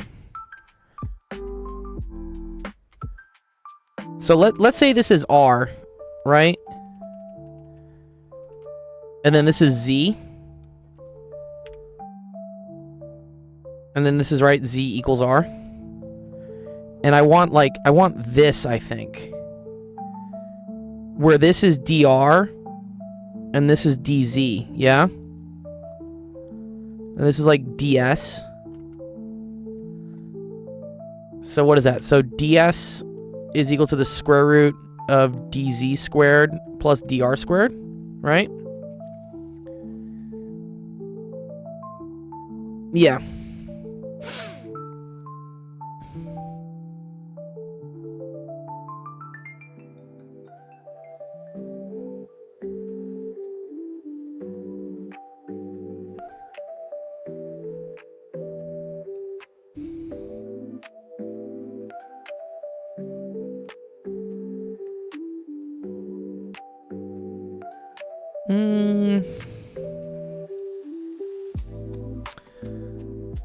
Surface parameterization in variables of R and theta. I need like one last part for this.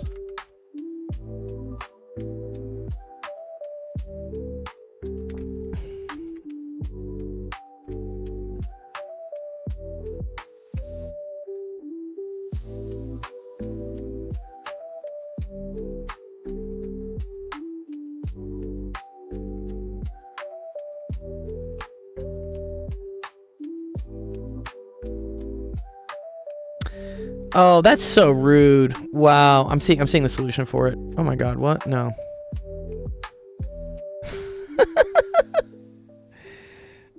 I see where the square root of 2 comes from though. Yeah. Oh wow. Yeah, yeah. I see where the square root of 2 comes from. What's up, Lito?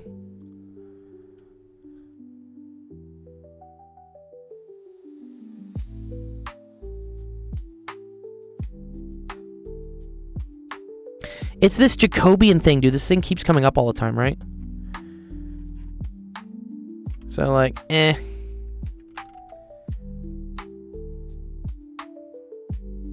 So, here's how you're supposed to do it. You say x is equal to r cosine theta. Y equals r sine theta, right? And then z is equal to r at this point, right? So here, this is the correct way to do it.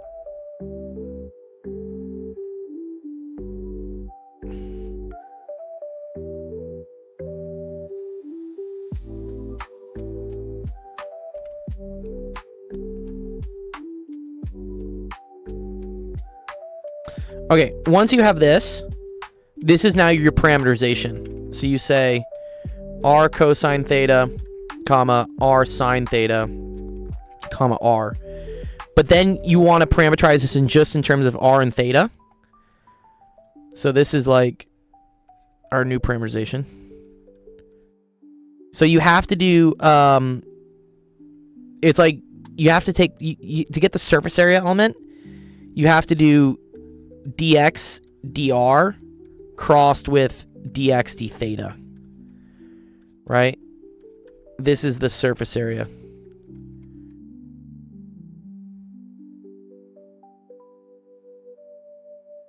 Yeah. So watch this. So dx dr, that's equal to cosine theta, sine theta, 1 dx d theta is equal to negative r sine theta. Derivative of sine is cosine, r cosine theta. Derivative of 1 is 0. And so now we do this cross product. This comes up so many times, the parameterization thing. I, j, k. So it's cosine theta, sine theta 1, negative r cosine theta, r cosine theta, or negative r sine theta, sorry. Cosine theta 0. Okay. So then when you cross this, so you get that minus that. So that's just going to be r cosine theta, negative. And then this component gets you minus minus, so it's double minuses. Yeah, minus minus. Okay, so it's still minus. So this is minus r squared sine theta. Or no, minus r sine theta. Wait, let me think. Oh, sorry. When I cross this out, that's a plus, but then it should be a minus because it's the j component, right?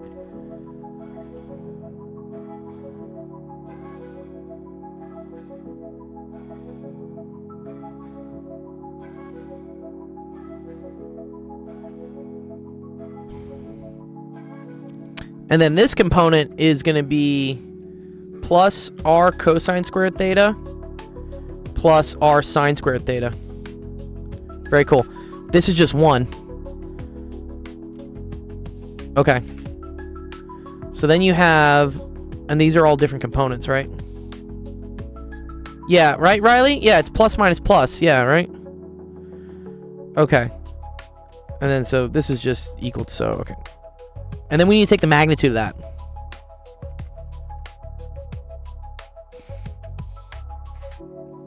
So that's going to be this squared plus this squared plus this squared, all square rooted. So that's r squared cosine squared theta plus r squared sine squared theta plus, this is just 1, so plus r squared. So very cool. So this is also just 1. So you get the square root of 2r squared, which is equal to r squared of 2. Nice. Okay, so now when we do our integral,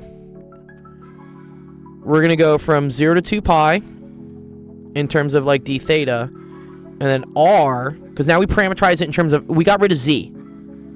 So r goes from 0 to 4. This is dr. And now this is going to be r squared of 2. dr d theta. Yeah, very cool. I see how this works now. Okay, so then that's r squared over 2, square root of 2 from 0 to 4. What's that? 8 square root of 2. Integral from 0 to 2 pi. D theta, you're going to pull out another 2 pi.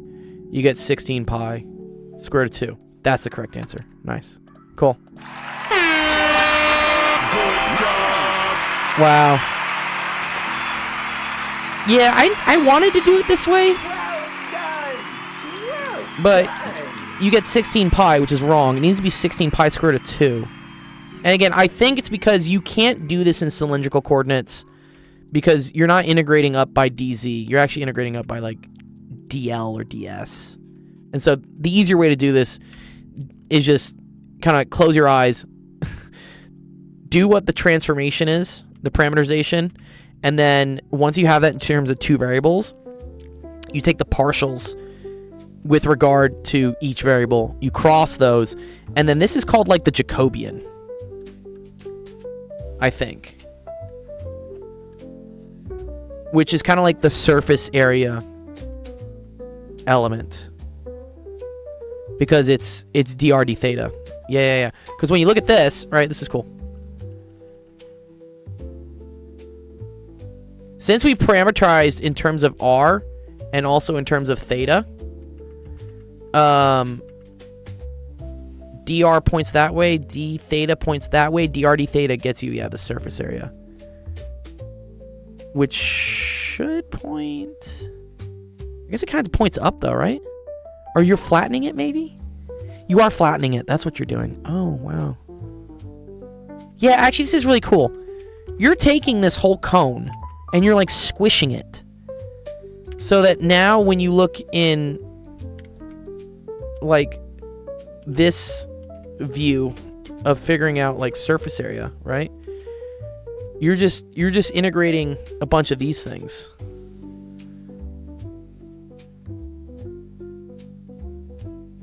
Yeah, Jacobian and Wronskian, they're very similar to each other, I think. Yeah, I see. You're like flattening into this, and then you're just integrating basically the area of this whole thing. Fuck, that's cool. Okay. So much Calc 3 today. Right? Okay, cool. Good question there. That was Jossie Seb.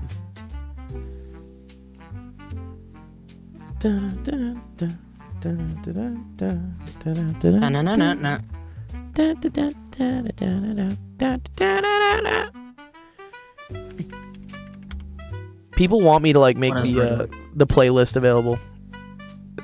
I just have like the music that's playing in the background on my stream. It's just 3 hours of like lo-fi music I generated on Suno. I got sick of all the fucking copyright like strikes. I'm just trying to stream like homework, you know? I don't want to like be paying for like royalty music. Like what's going on? All right, Amir, I'm helping you out now. Free royalty? No, dude, that stuff is not actually free. I've used that before. The problem is like someone always claims that music on YouTube. So even if you upload it and it's like technically royalty free, they then claim the monetization on your video. It's fucked up. That is. Yeah, yeah, I'm just like, what are you guys doing? They say it's royalty free, but it's not free because yeah, no. you won't get struck for copyright, but you'll have to share monetization. And I'm like, what? Your music is not adding at all to my experience here. Like, get out of here. Oh, yeah. I am glad for AI for some things. Again, and I'm a musician. Like, I produce my own music and stuff, and I think that's great. But if you're just a streamer just trying to have something to like cut the background noise out while you teach, shouldn't be paying. Like, what? No. Stop. Yeah, people aren't coming to this stream for the music. I just need the music to like stay sane. All right, Amir. Here's your question, dude. Use the diagram at the right, write an equation, and find x. Oh, that's cool. You've made like 4 songs. I have a couple songs too. Go look up Dr. Gold on Spotify. I have some songs I make. Here, if you go to Dr. Gold Spotify. Here we go. Yeah, this is me. I have some tracks. You guys go check me out. I do a lot of like cello EDM stuff. That's fun. Yes, Amir, equals 180. Yep. So these total this has to equal 180, right? So 3x plus 1 plus 52 has to be equal to 180. So what is that? 3x plus 53 equals 180. Subtract 53 on each side. 3x is equal to 127, right? It's actually not really nice. Is 127 prime?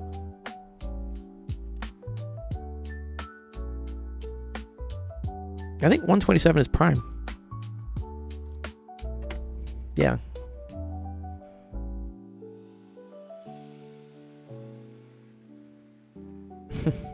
Degrees. Okay. What about this one, Amir? You know how to do this? Find the missing side here. This is actually a really cool property of triangles. So, you know that the total angle has to be 180. So if this is 60 and this is 60, that's 120. So this also has to be 60 degrees. And then a cool thing about triangles is that the size of the side is proportional to the size of the angle. So the biggest side is always opposite the biggest angle in a triangle, and the smallest side is opposite the smallest angle. What if they're all the same angle? Well, then they all have the same sides. This is also called an equilateral triangle.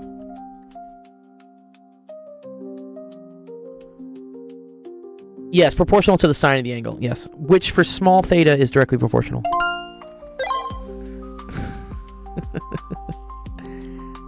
Yeah. So, because they all same angle means the same sides. So in this case, x is also equal to 8. Right? Because this is 8, this is 8. Okay. This is a little bit trickier. This is trig. So because you have a right angle here, Amir, that means you can use one of the trig functions, SOHCAHTOA, right? SOHCAHTOA. And I always like to see, like, given this angle, right, what is this? This is the opposite side.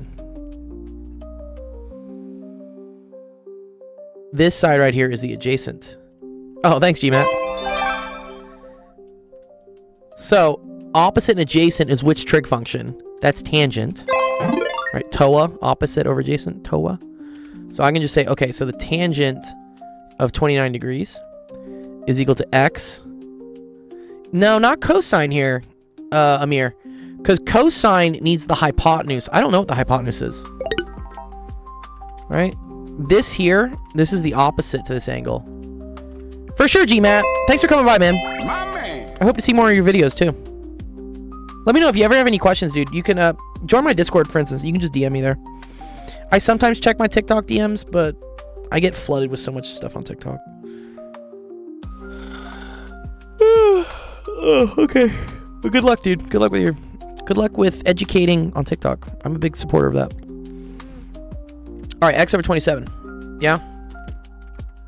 Perfect. Okay. Let's pull out the calculator. We need the gold one.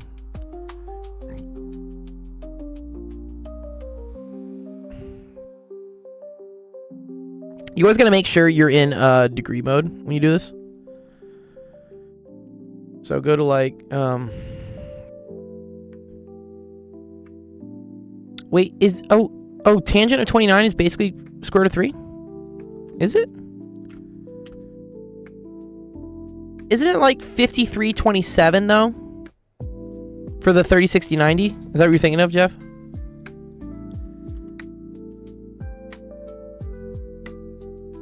Oh, wait. I'm thinking of 30 degrees. Sorry. Yes, it's a special triangle. Yeah. But you could just do it this way. So 27 tangent of 29. Which is going to get you 14.97. Good, Amir. Yep. This one. Okay. This is nice. I don't have any angles, but I have almost all the sides. This is where you use the Pythagorean theorem. So you say 5 squared plus x squared is equal to 16 squared. So 25 plus x squared is equal to 256. So what? 256 minus 25. Yeah, dude, your teacher gave you ugly numbers here. Dude, what? Like, why? Square root of 231? Like, what's that going to do for me?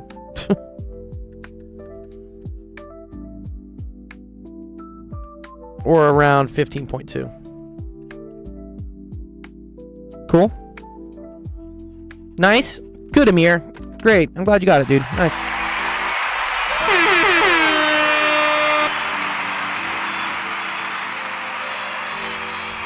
Well done. Well done.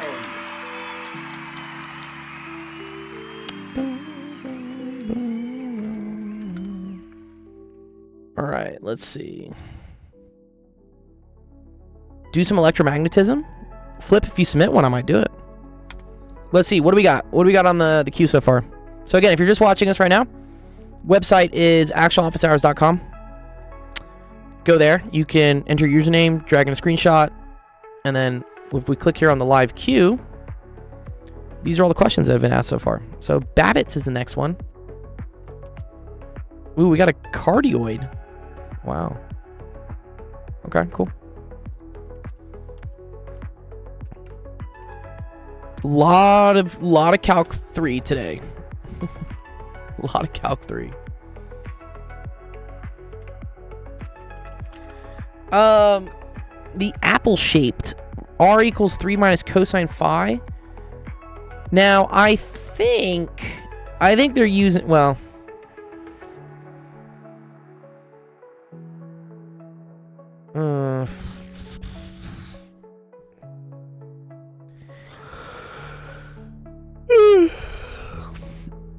you an engineer? I have a physics degree.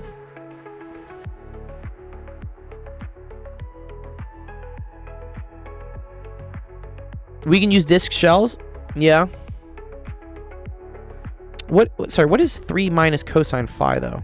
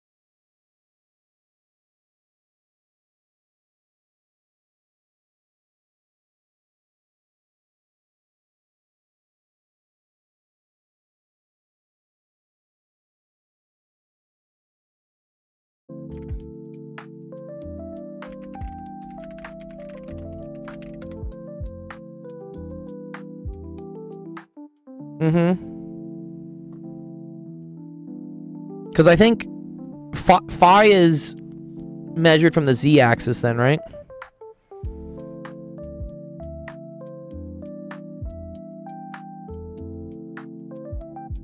Three minus cosine of rho equals pi minus cosine rho? Well, 3 is not pi. That's some engineering stuff right there. You're saying 3 is equal to pi. Roughly equals? No. You can't say 3 is roughly pi. Don't do that.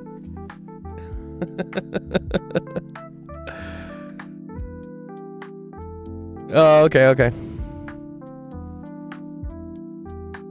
Pi is almost equal to E, which is almost equal to 3. You guys are killing me, dude.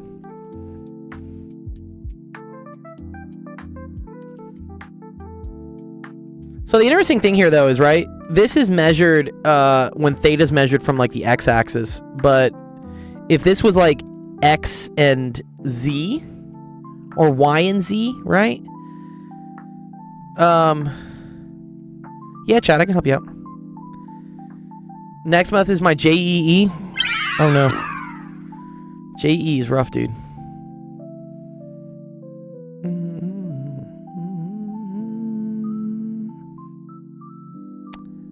But phi is measured from the z-axis. Oh, I'm having a problem, like, understanding this. The apple-shaped region. I'm gonna wish you luck, dude. Good luck, bro. Best of luck.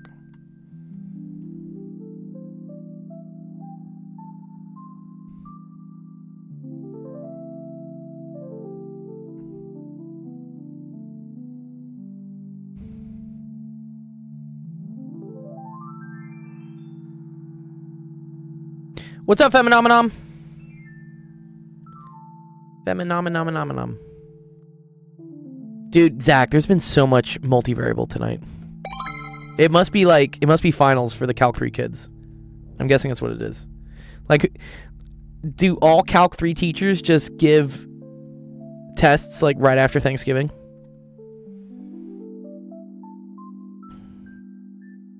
Dynamics test. Oh, good luck, Omar.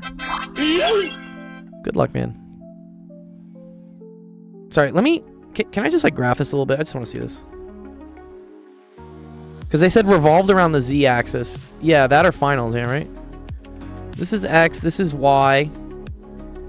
R is equal to 3 minus cosine phi. I assume phi is measured from here. Right, sorry, what? This is phi, right? If we're not being absolute savages or something. Right? So, when phi is equal to 0, that's 3 minus 1, which is 2. Unless you're a physicist. Uh-oh. Who's the physicist? Okay. So this is like, I don't know. Let's say this is like phi, right? So this is at 0. And then what? When it's at 90 degrees, it's cosine of 90 is 0, so it's at 3. So this is 2, right? And then this is like 3. Right? And then when phi is equal to pi, that's -1, so that's equal to 4. So I think it's this. It's this, right? Is that really apple-shaped? And then we're revolving this around the z. We're revolving this around z, right? I feel like I just want to do this in spherical. No? I think I can just do this in spherical, right? So like dv in this case, it's not really an apple, dude. What type of fucking app? I thought this was gonna be fun, like with like a dimple. I thought we were gonna have like something like this. And then I'm like, okay, this is an apple. Only mass and type of surface affect friction. Yeah. Also, yeah. I mean, if there's any like centripetal acceleration, that can fuck with it. Thanks, Troll Cats. What's up, dude? Good job. Thank you, Troll Cats. No. LAC, if you want to submit a question, just go to this website here, actualofficehours.com.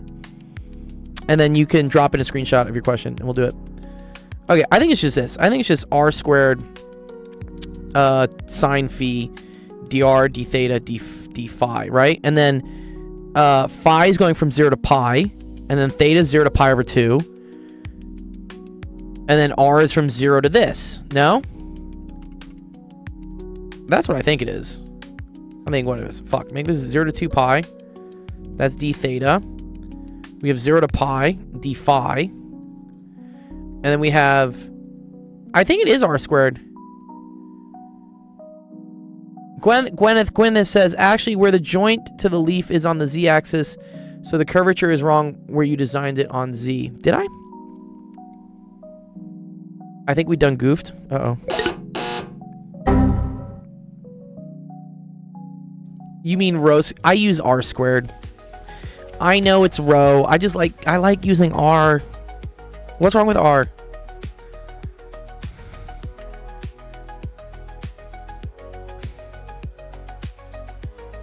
Ask ChatGPT? No. No, you're right though. It is technically rho. I just don't like writing rho. Rho just looks funny, dude. Just don't like it. Okay, r squared sine phi dr. And rho is dope. Okay. That's dope. So this is 0, and then I think this is 3 minus cosine phi. Right? Is this like a messy integral though? Probably is. Okay. I think that's all I have to do. I think I was getting a little too messed up, like trying to like calculate this. This is what we're learning at school today. Welcome. TikTok knows exactly what you're learning. And dude, it's like a positive feedback loop here, Zach, because every time I start doing more Calc 3 questions, they start showing my stream to more Calc 3 people on TikTok. It's almost like whoever submits the first question determines what all the content is for the stream. I need someone to like submit like a chem question first. Okay, so r squared dr is r to the third over 3. So you have r to the third over 3 from 0 to 3 minus cosine phi. Oh, Nia. Oh, I'm is it a heater? Is it a heater?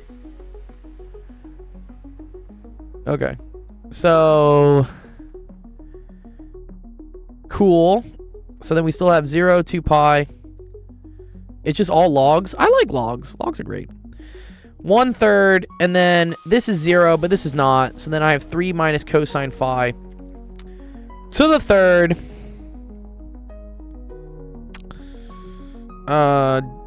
D theta d phi. So, or d phi d theta, sorry.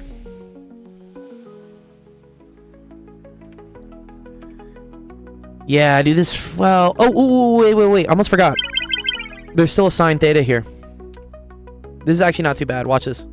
Watch this shit. This shit's about to be fucking dope, dude. That's dope. This is sine phi, right? Okay. I'm gonna say u is equal to 3 minus cosine phi.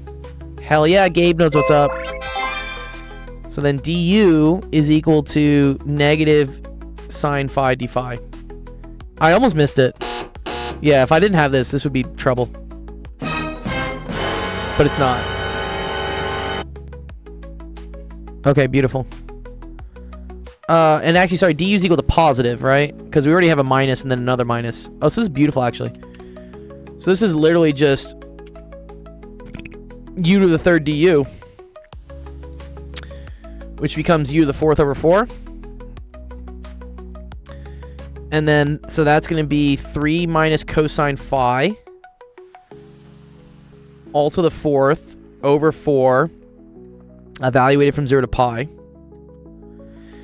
Yeah, I should put new bounds in. I always like substitute back in and I keep the same bounds.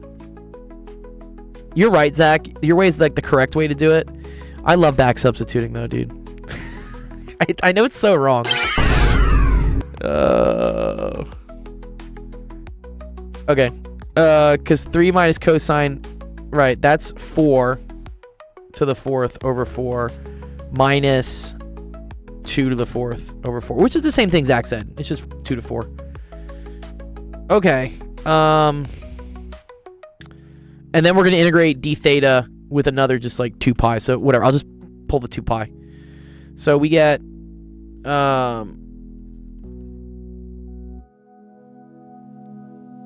you took pictures? Pictures or screenshots? I don't care. As long as I can read it. So this is just 2 pi over 3. And then this is 4 to the fourth over 4. Oh, so there's another 4 here. So here, let's just pull the 4 out. Call this 12. But then 2 over 12 is over 6. Pi pi over 6, and this is 4 to the 4th minus 2 to the 4th. So what is that? Is that 256? Because 16 squared, right? Yeah, okay. So pi over 6, 256 minus 16? 240?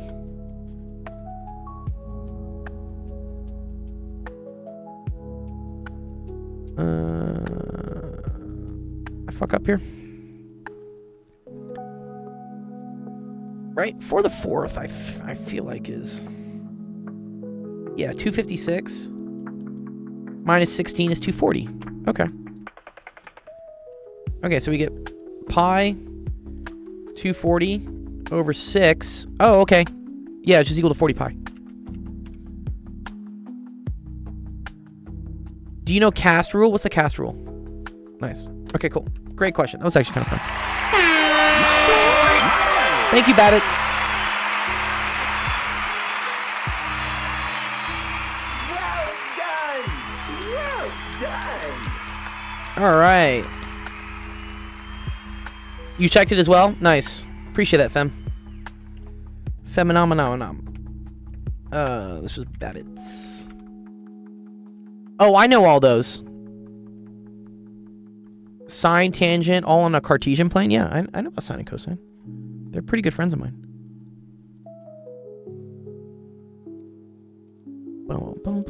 Okay. Nice. Make sure, Babbitts, join our Discord, because that's where I'm posting the solutions. So there's a solution for what we just did, if you want to take a look at it. Again, you can always join the Discord by going to the website, you submitted the screenshot, and then just click join our Discord.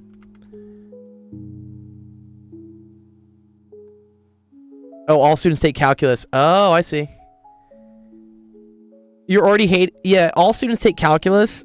That's such a silly one. You just remember, like, whether opposite's positive in the quadrants 1 and 2, negative in 3 and 4, and then adjacent is positive in, 1 and 4.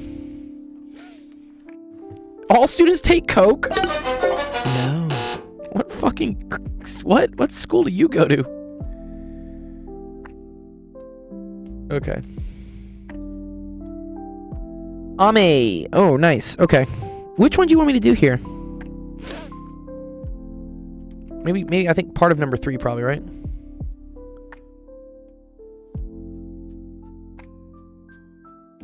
You're fried. Fried from all the trig. Oh, no, nice. Okay, let's see. This was, sorry, one of my other students, X-Man, is doing a project where they have to make Frosty the Snowman in Blender. Let's see what you got here. Wow, this is very cool, dude. I like the snow in the background. Wow, Pen, thanks for the sub. What's up, Pen? All science teachers crazy. They all cray-cray. What's up, Pen? Very cool. I like this. This is pretty, X-Men. Yeah, you could have added snow on the ground. Maybe it's just warm on the ground. Special triangles, the unit circle. Yeah. You don't have to memorize the unit circle, by the way. I always tell students, you only have to memorize 2 triangles. So 30, 60, 90, then 45, 45, and 90. Then you can rederive everything on the fly. Trig gonna be my downfall. What's going on tomorrow? We have a 24-hour stream tomorrow, Penn Center. I was gonna say, Penn, if you wanted to check to see if the link for all the chats is working, I sent it in the group chat with us. See if you can see, like, all the TikTok and YouTube stuff coming in. Didn't you know it's December 2nd? It's Giving Tuesday. The anti-capitalistic response to Cyber Monday and Black Friday. Yeah. Go, you just see if you can see it, Pen. Alright, let's see. Consider the graph showing the height of the plants over time based on sunshine per day. Okay. This is kind of a hard graph to read. I'm going to guess that more sunshine leads to more plant growth, though. What does the y-intercept represent? Okay, so y is always when the day is equal to 0. So this is like the initial height. Yeah, the y-intercept is always like here. And when graphs, when you have something as a function of time, it's just like, where did you start? Oh, what are the units of the slope of this graph? Okay, so that's like change in y over change in x. So, I mean, I can't really read this. I think this is millimeters. So the units would be millimeters per day. Over the first 6 days, which plant grew really fast, but then it slowed? Well, that's this one, right? Look, this one had a really, really high growth rate, and then it kind of slowed down. So I would say the 9 hours of sunlight. Growth rate increased. That's this one. That's the 6 hours. Because, right? Slope's getting more and more and more. Growth rate stayed about the same. I would say these two, right? If you look at the slope of these, right? They don't really change over the first 6 hours. So the 1 and the 3 hour. Ooh, nice. Seems to be working great. So, Pen, that's how you can see, like, everyone in all of my chats. If you want to, you know, respond to... There are a lot of, like, funny people on YouTube, as Zach probably saw earlier. It's okay. You don't have to respond to all of them. Y-intercept is actually not on the graph. You're actually right. Oh, wow. Very good. Very good. Very good point here. Yeah, the Y-intercept... Yeah, because they start at day 4. Dang. Rip, dude. Yeah, they kind of screwed down on that. If someone told you that they chased away a cat that was digging in one of the plants on one of the days, make your guess of which day and which plants. Dude, what? There was a cat that was digging in one of the plants? Yeah, these axes are terrible. Yeah, they don't even have the... They need the this, right? The... Whatever, the this thing. I mean, I feel like the cat started digging in, like, this one, maybe? Yeah? And well, this would mean it actually keeps going down. So, I would say you chased away the cat on day 6 and day 10. I would say, like, day 6 and day 10. This feels AI generated? I think this is real. I don't know. If you heard there was a particularly cold day, which day would you guess? I would guess between day 9 and day 10, because look, all of the plants decrease, right? Well, except for this one, but whatever. I'd say like between day 9 and 10.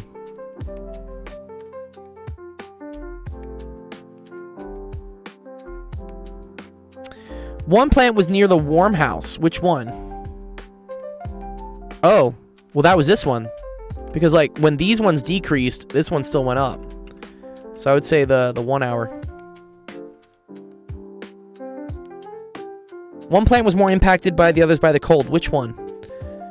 I would say this one has, like, a bigger slope decrease. Right. Bigger decrease. So I would say the 6 hour.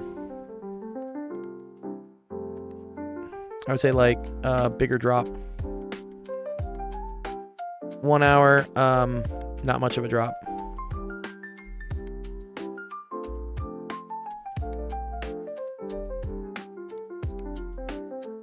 What class is this? I don't know. Ame, what class is this? What class is this for? Doing volume integrals and then doing... Yeah, dude. Well, yeah, we were doing this, right, earlier. Dude, there's been so much Calc 3 today. So much Calc 3. This just feels nice. It's like a nice little Bob Ross painting. Yeah. That's a bit shady. Very feelsy asks here. It's probably Algebra 1. So the question about the cat, I think it's only the 1 day and not the one with the cold weather. I think that's correct, Riley. Yeah, so I think just day 10. Wait, no. I think just day 6. Wait, why did I say day 6, by the way? Day 6 is here. No, the cat was fucking shit up on, like, day 8.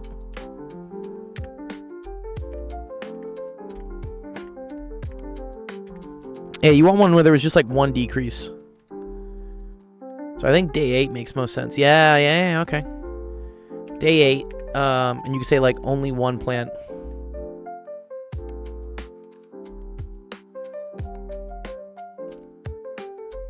Decreasing.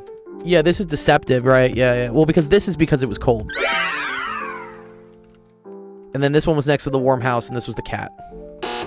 Okay, cool. All right, we did it. Nice. Fun. Thank you, Ame.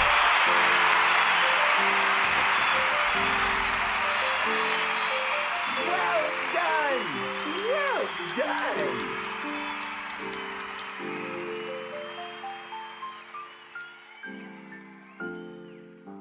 Oh, okay. Yeah. Oh, that thing is what you're saying. Yeah. Yeah. It's disingenuous. Okay, let's see. Kano's got some fun ones. Silly cat. Silly cat, dude. Okay, I'm loving these questions I'm getting asked. This is great. Kano. Next one. Briefly describe the scientific method in your own words. How does this help us have confidence in scientific findings? Oh, okay. Briefly describe it. I don't know. I think it's like observe, make hypothesis, and then like test hypothesis, and then like analyze results, and then like make conclusion. That's the scientific method, I feel like. Fake results published. Oh shit, not good. And then, yeah, how does this help us have confidence in scientific findings? Confidence, because results are evidence-based, right?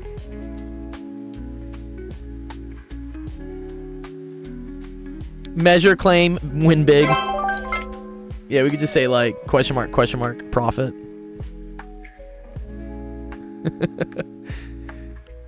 P-hacker. Yeah, what's a P-hacker? Repeat findings is good. Yeah. Because results are evidence-based, and you could say also, like, multiple similar findings. Oh, cherry pick the results, yeah. Or just use a smoothing function on your data. I used to use like so much like recursive smoothing on my data. Okay, provide some ideas in your own words on how you recognize pseudoscience and conspiracy theories. I mean, anything involving like free energy. Or what is it? Violating the second law of thermodynamics. When it's being presented as science. Wow, this is actually really cool. 15 sigma, that's great. Oh, p-hacking is when you just repeat the process until you get the p-value you want. Yeah. 0.05, right? 1 alpha. Suppress results that don't agree with your conclusion. Shame those that don't agree with you. Outcast them from society. Yeah, I can do some social science. I mean, it's not my specialty, Albania, but I can try it. Some ideas how you can recognize pseudoscience. Okay, I would say like ridiculous claims. That's a big one, right? Ridiculous claims. That's a big way for pseudoscience. Like free energy. My one friend believes in free energy though, so I can't shit talk it too much. You could also say like not repeatable results when it's obviously fucking fake. Also like cold fusion's another one. Or like weight loss.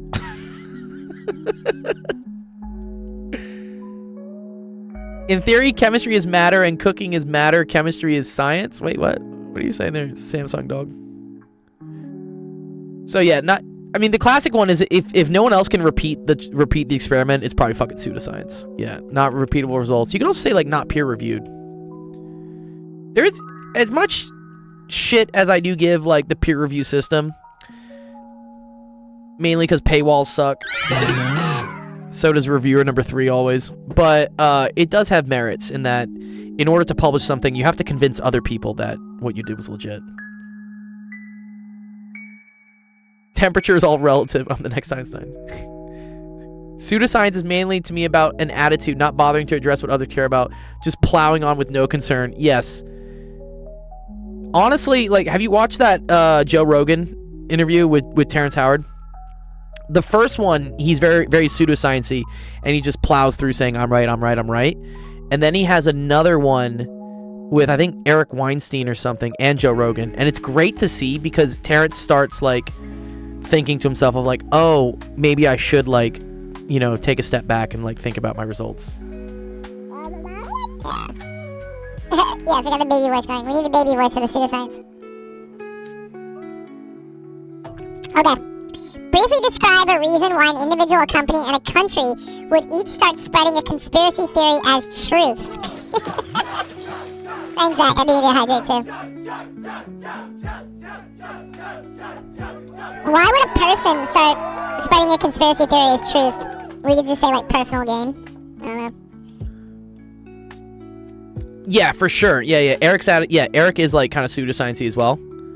But he at least, like, gives, like, some, like, rationality to it. Personal gain, yeah, money, fame, girls, I don't know. Company, same reason. You could say, like, value to stockholders. Am I providing enough value to stockholders right now? You could say acquiring grants. Like, a lot of companies could, like, promote some bullshit just to, like, get grants that they don't deserve. Rage bait. Status. Yeah, I like that. Status is another good one for a personal reason why you would do it. Oh, no, I haven't. Electro Boom. Conspiracy theory becomes conspiracy fact. Country. Why would a country start spreading a conspiracy theory? Isn't there one where, like, Kim Jong-un like doesn't have an asshole or something? Like, there's some, like, weird ones about, yeah. Let's see. You could say, like, intimidation maybe?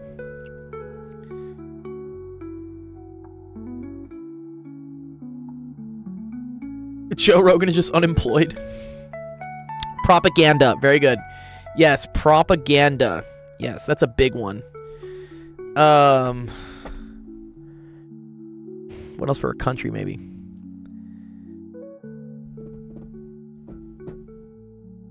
Yeah, I think that. Yeah. Intimidation, propaganda. I don't know, maybe like trade wars or something. I was labeled a conspiracy theorist when I highlighted scientific studies about how the COVID vax affected young men with heart issues. Oh, and that's why you had to leave Instagram and Facebook? Because I agree. Yeah, the COVID vax did, like, fuck up a lot of athletes. And they were insta-banning people who, like, brought anything up. And they're scientific papers. It is a dangerous trend for people to just start labeling. Like, again, there was real science behind it. I think the issue is that people were starting to blow up a little bit out of proportion some of these papers because they just wanted nobody to get the vax. And then I was like, okay, well, you know. Yeah, but the shit did go too far. Yeah. Like, I agree at some point you need to start suppressing misinformation because you also had people taking ivermectin, which is fucking, like, horse medicine. And they believed that. And there weren't any scientific papers on that, I think, right? You do take ivermectin? I don't. Okay, I'm not judging anyone, dude. The issue was it was never really field tested. Yes, Operation Warp Speed. Yeah, sounds suspicious, right? Oh, is it? Okay. Again, that's how much I know. I just maybe the better example is when, like, Trump was telling people to drink bleach. Maybe ivermectin actually has, like, properties. I haven't researched it enough. I just heard horse medicine and I was like, that's a little far. But that's the clickbaity stuff that comes out, right? You know, do your research. Don't judge people.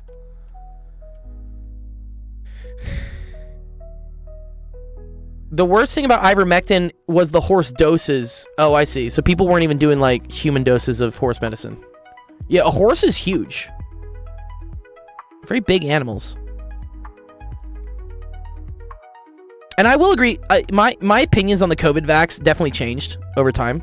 when it first came out, I was very much for like, yeah, everyone get fucking vaxxed, because like I did kind of believe the whole, you know, if everyone's vaxxed, you build herd immunity, and then like we don't have to like deal with this anymore. And like I got COVID a couple times, it fucking blew, like it sucks. But then as things went on, like even now when people are getting like the redoses, I'm just like, no, we don't need any more redoses. We're okay. I think the one was okay, especially for old people that were like very susceptible. Because I mean, I have sisters in healthcare, and like my sisters they're like, COVID's very real. Like they put a lot of people in body bags, like, and they had to like use outside freezers for people. Like a lot of people fucking died. So the vax is useful for those people, but I agree maybe that we were a little quick to say that everybody has to go get it. I believed the whole herd immunity thing at first, but now I understand that maybe no. Yeah. People are overdosing because they're dumb. Yeah.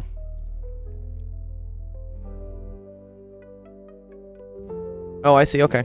Protein functions. Yeah, there's a lot. There was a lot that went on, dude. COVID was just a fucking weird ass time. All right, Core, what do you got for me?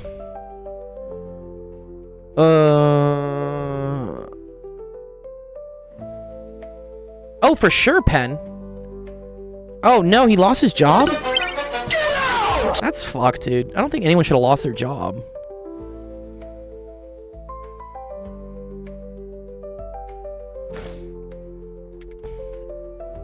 No, I have a very open mind on these things, dude. I'm always, yeah.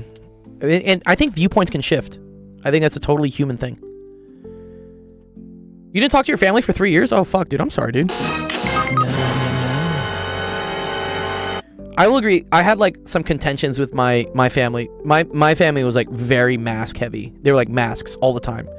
And I was like, even when we're outside, like what? Like I'm like, we don't need to wear masks when we're outside. That doesn't make any sense.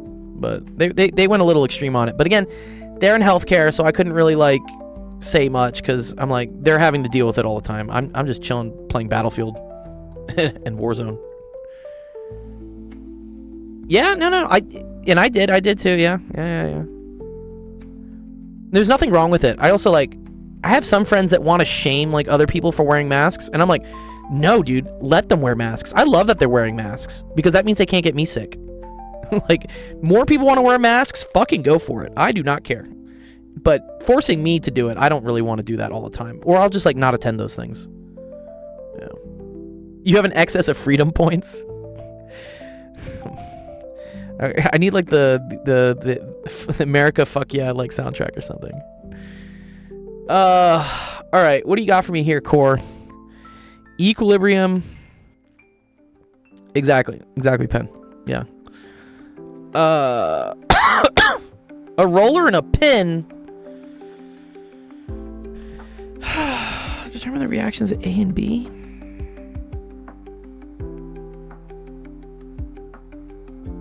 Yes. Everything's become political, unfortunately, Jorgen. That's the problem. These are some dumbass units, dude. Foot pounds, get the fuck out of here. Yeah, you're good, Jorgen. Oh, man.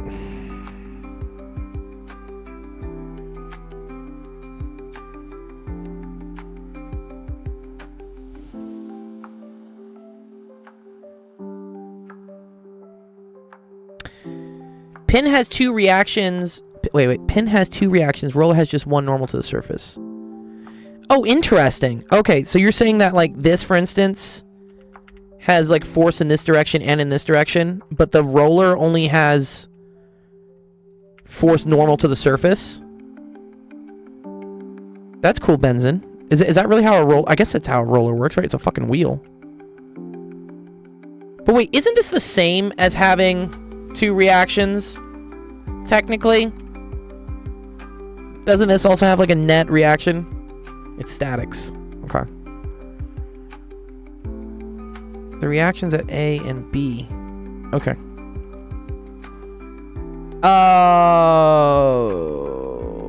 man. Okay, so if this is 60 degrees, that means this is 30 degrees, right?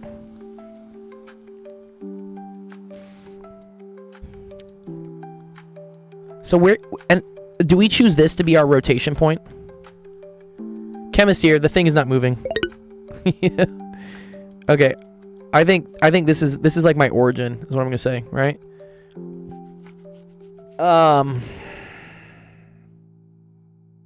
Or maybe I want this to be my origin? No. Wait, isn't that the definition of a rigid body?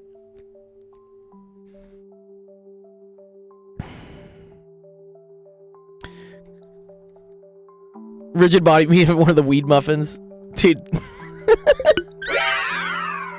Yeah. Dude, they get crazy with the dosages on those things too, man. Like, I've seen someone with like 100 milligrams. Like, you need to chill out, dude.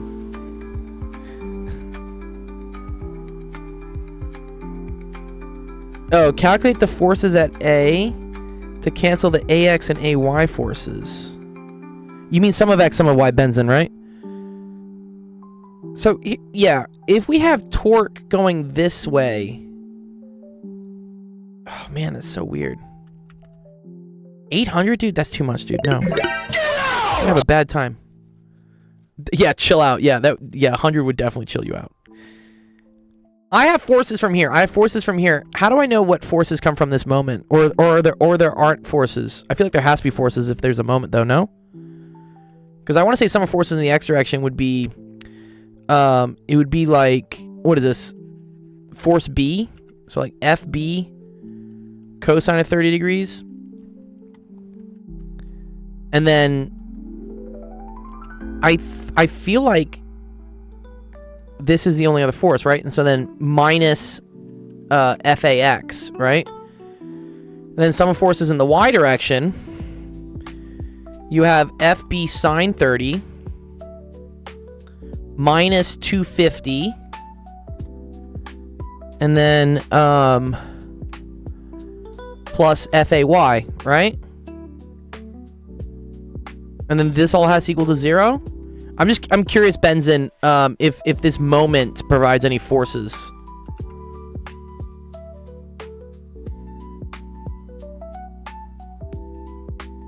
Also, when they say 500 foot-pounds, sorry, that's relative to what?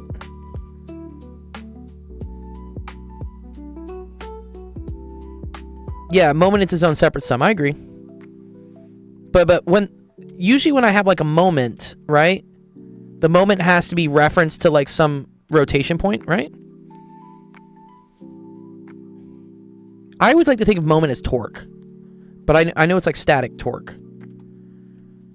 Like I always want to write this, like torque is equal to like RF sine theta, basically.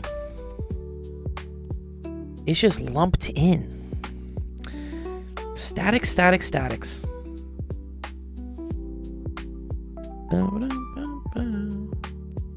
Okay.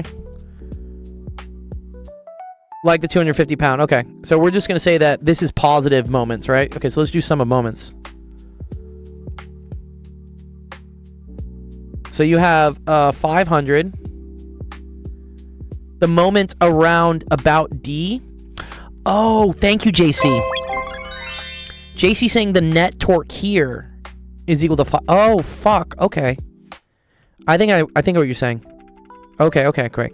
So then 500 is equal to, and we've already assumed, right, that this is going to be like FAX. This will be FAY. Thank you, JC. That actually makes so much more sense now.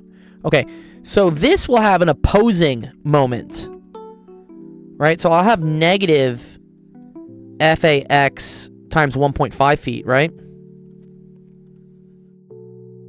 And then for this one, that's going to be positive 250 times 1.5, right? Because I only care about the perpendicular distance to the force. And then this is opposing torque, I think. So then we say minus FB sine 30 times 1.5.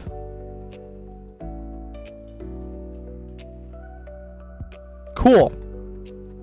I think we're good, yeah?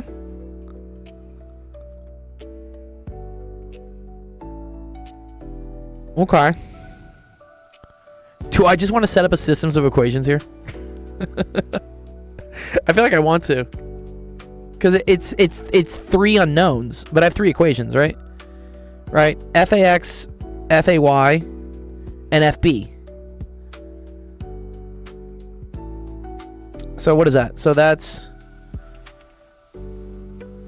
What if we set up our vector? What if we set up our vector under the kissing tree or something? All right, so FAX, FAY, and then B, and then like E equals blank blank blank. Can I set this up as my matrix? Sorry, I just kind of want to, because then this just becomes 1, 0, and then minus cosine of 30 degrees. And then that's equal to 0, right? This is 250, and then it's 0, 1 sine of 30 degrees, and then this one is so 500, or actually yeah, I'll make them all negative, that's okay. 500 minus 375, which is 125. So we're going to say 125, and then this is negative 1.5, 0, and then negative sine 30 degrees. Yeah? Is that easy to solve? I guess you could add these two together, right? To cancel. And then we have this and this. You feel like my 500 is on the wrong side? Okay, so for the moments, right? This is torque. Well, I think the sum of the moments is equal to 500. JC, is that what we're saying? I'm saying the sum of the torques around point D has to be equal to positive 500. So you have torque from the pin here, which is opposing that. You have torque from here, which is helping. And then you have torque from here, which is opposing. And so that's why I have 3 terms here. And I say that the sum of these torques has to equal the overall moment at D. Right?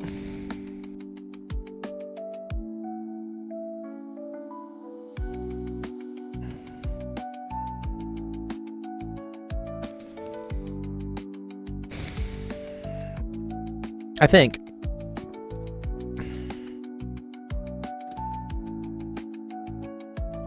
The overall moment is 0. But moment is measured from where, though? D should be included. Yeah, it is in the sum of the moments. It's here. It's equal to 500. I mean, I guess I could say minus 500 is equal to 0. This is my question in engineering, dude. When you're calculating moments, what are the moments about? Moments have to be torques, which have to be around a certain thing. Let me see. Where's this question? And Core, you had another one. I'm doing one of yours, Core.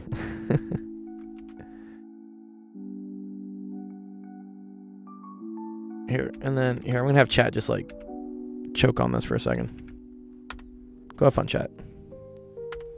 I just want to see how it does it. And then we're trying to determine the reactions at A and B, right? So we need FA, we need FB. Yeah. Let's try this. Can we just try this? I just want to see what happens. I'm going to put it in the calculator because I don't want to like... This is not that bad of linear algebra to do, but work smarter, not harder. This is a 3x4.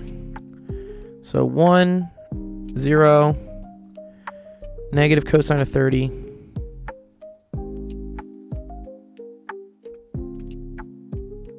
And then 0.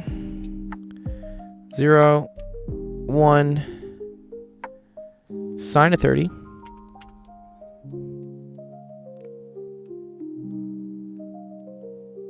And then 250. And then negative 1.5, 0, negative sine of 30. And then 125. And then we're going to REF that.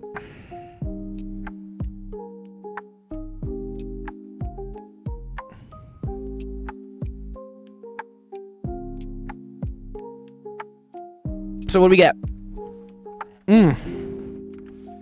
So we get FA is equal to negative 60. Kind of weird. I think FA would need to be positive, though, no?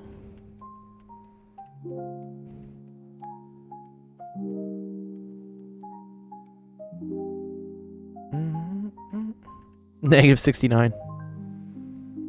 Yeah, and then that's FAX. Then we got FAY is equal to 284. This is okay.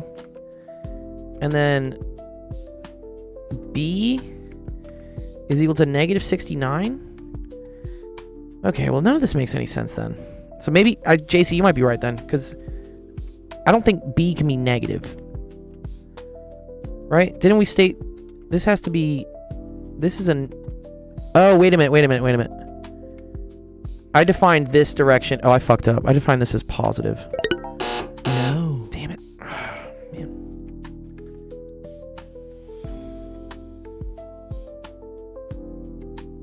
I guess it doesn't really matter.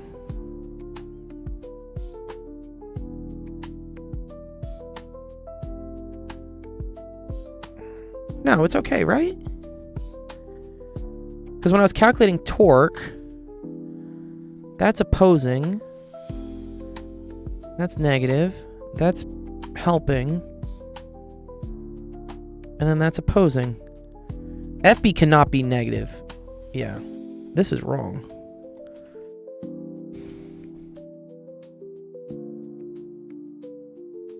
Let's see.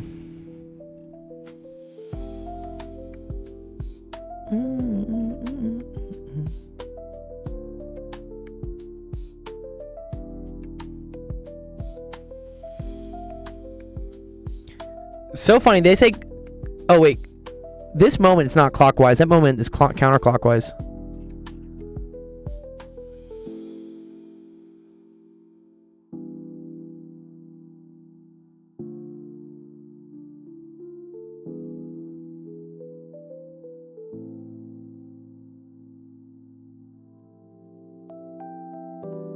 Also, clockwise is positive for torque. No?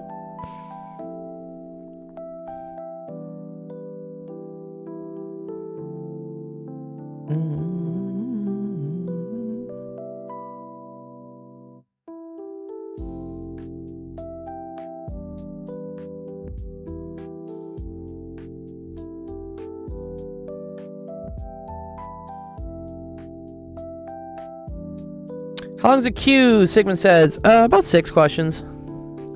Although I'm out of time, honestly. Oh, I've been over. Moments.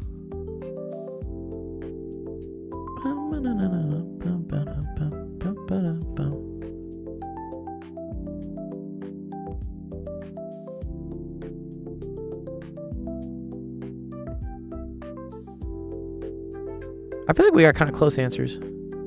284 for AY though. Yeah, no, they only got 93.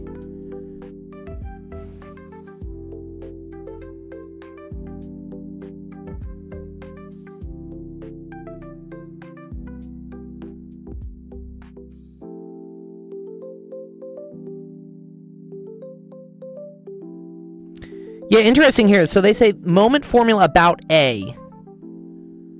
Moment B is equal to xby minus ybx. Wait, what's B? B, yeah, okay.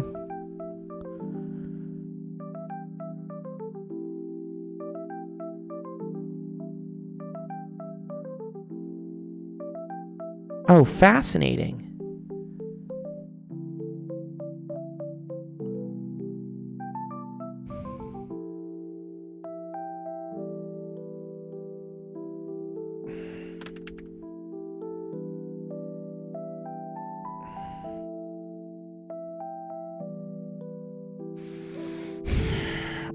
I think I see what they say. They say that.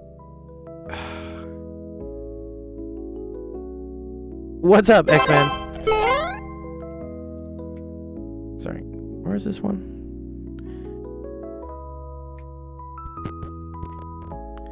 Moment at B. But where's applied moment at D is 500. So that, wait, so how are they doing that? Sum of the moments is 0.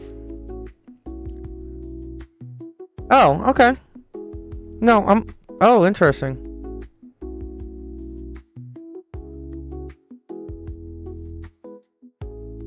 Oh, you know what I fucked up? Okay.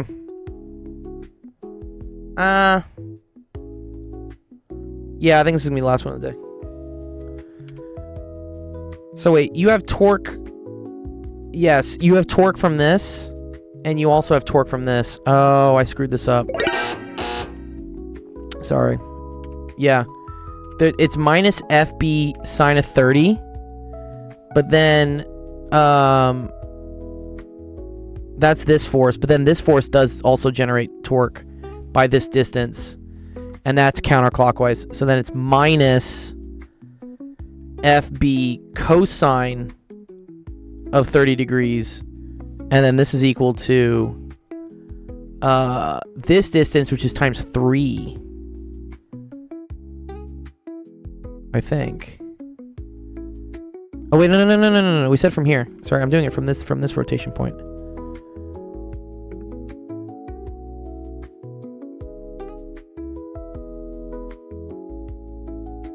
Yeah. Okay, no, this is times 7.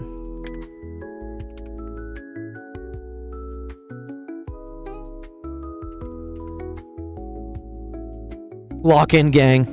Yeah. Okay. I see where my error is.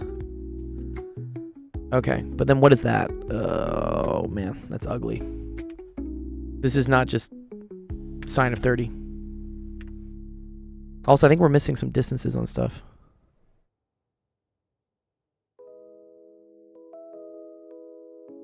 Yeah, so this is 70 sine 30 degrees minus 1.5 cosine 30 degrees. They're both negative. Okay, so let's fix that. Negative sine of 30. Did you just try multiplying it by 0 and calling it a day? You done messed up, AA Ron! We can't do that, dude.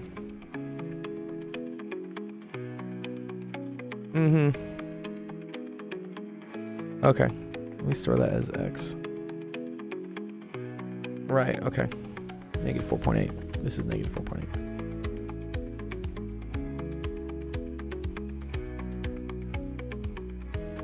I think that's going to change this.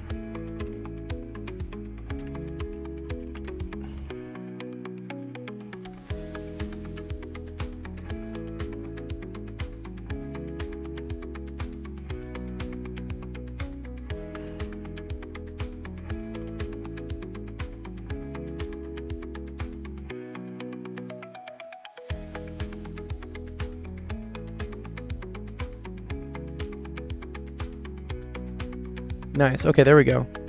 Now let's do REF. Still negative.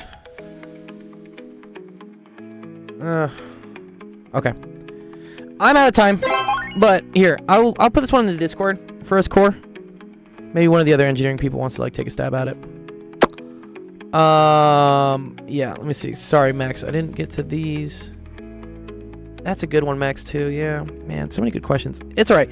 I have 24 hours tomorrow that I'm going to be streaming. So, oh, these are all fun. These are log ones. I like these, Nia. These are cool. Maybe also tell me like a couple of these you want to do, not all of them, because that's a lot of questions to do. Here, Nia, because you've never asked a question before. You want to like tell me a couple of these that you want me to do? I'll do it before I close the stream out, because I know you've been watching for a while. Cooking is a science. Make the best cookie recipe. This is your question. Make the best cookie recipe. Ooh, this is good too. Yeah, this is circuits. This is cool. That's power. Okay, here. I'm gonna close the stream off doing a couple of Nias. Chicken salad. some fun logarithms to close us out. And then don't worry, I will be on 24 hours tomorrow to help out. Let's see. Write a couple of these in logarithmic form. Fun. So anytime you have E, 1A, and just a few of 3. Okay, cool. So for this one, whenever you see E, take the ln of both sides. So I'm going to say ln of E to the 2x is equal to the ln of Y. This is the same thing as 2x ln of E is equal to ln of Y. But then ln of E is just 1. So, I think you just have, like, x is equal to 1/2 ln of Y. Right? Is that logarithmic form? Or this is the same thing as ln of Y to the 1/2, which is the same thing as ln of square root of Y.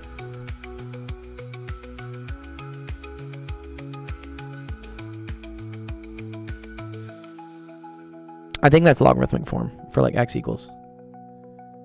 The correct answer to A is 49 over ln of 7.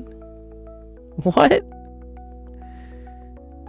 Oh, okay.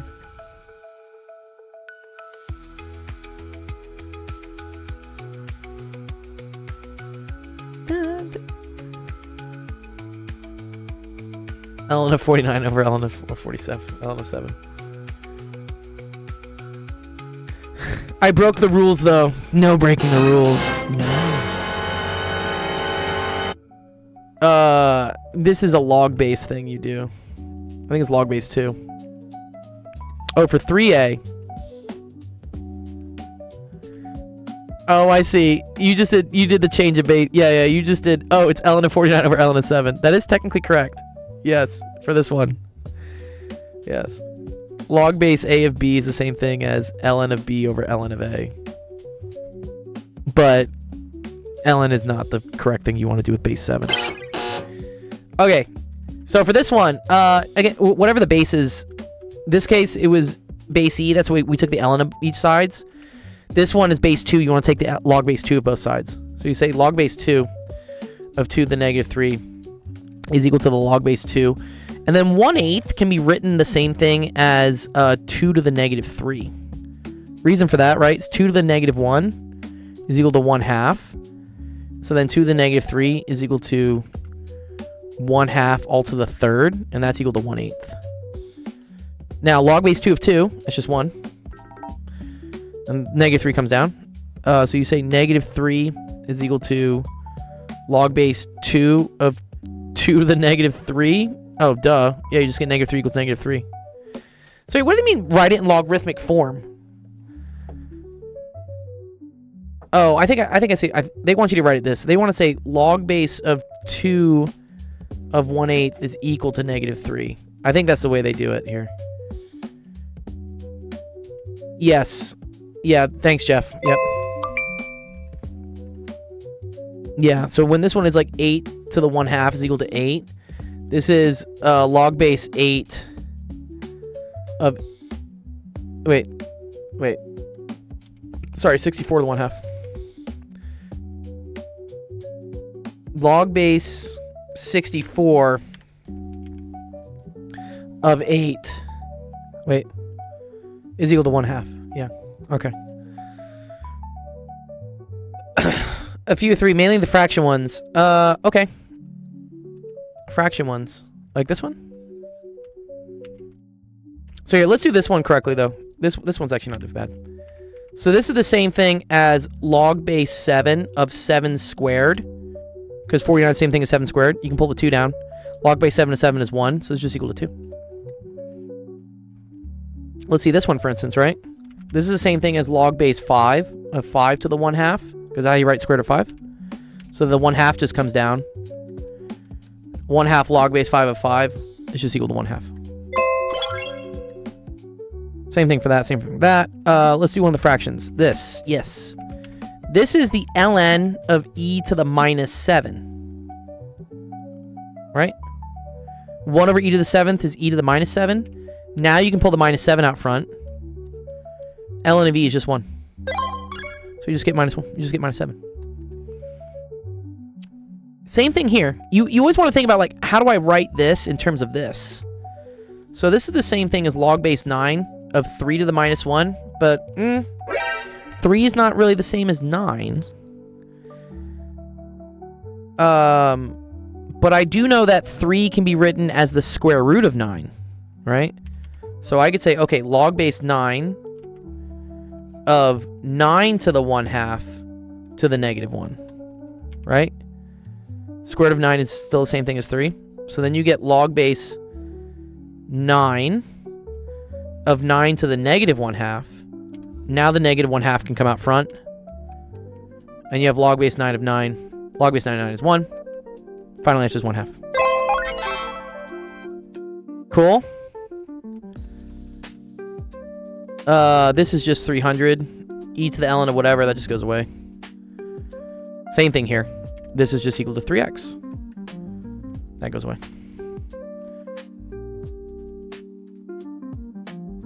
Cool. Yeah, nice. Okay. I hope that helps you out, Nia. Makes a little bit more sense, yeah? Log base 8 of 2 to the 201. What's 201 divided by 3? Is that 67? Is that 67? Oh, 67. God damn it. God damn it, Jeff! Got me with the 6-7. No, you didn't, Jeff. Alright, nice. Good question, Nia. I'm going to add it to the Discord. So, if you want to see the solution for that, we post all the screenshots for everything we've done in Discord. Nice. That was chicken salad. I like chicken salad. Partial to tuna salad, though.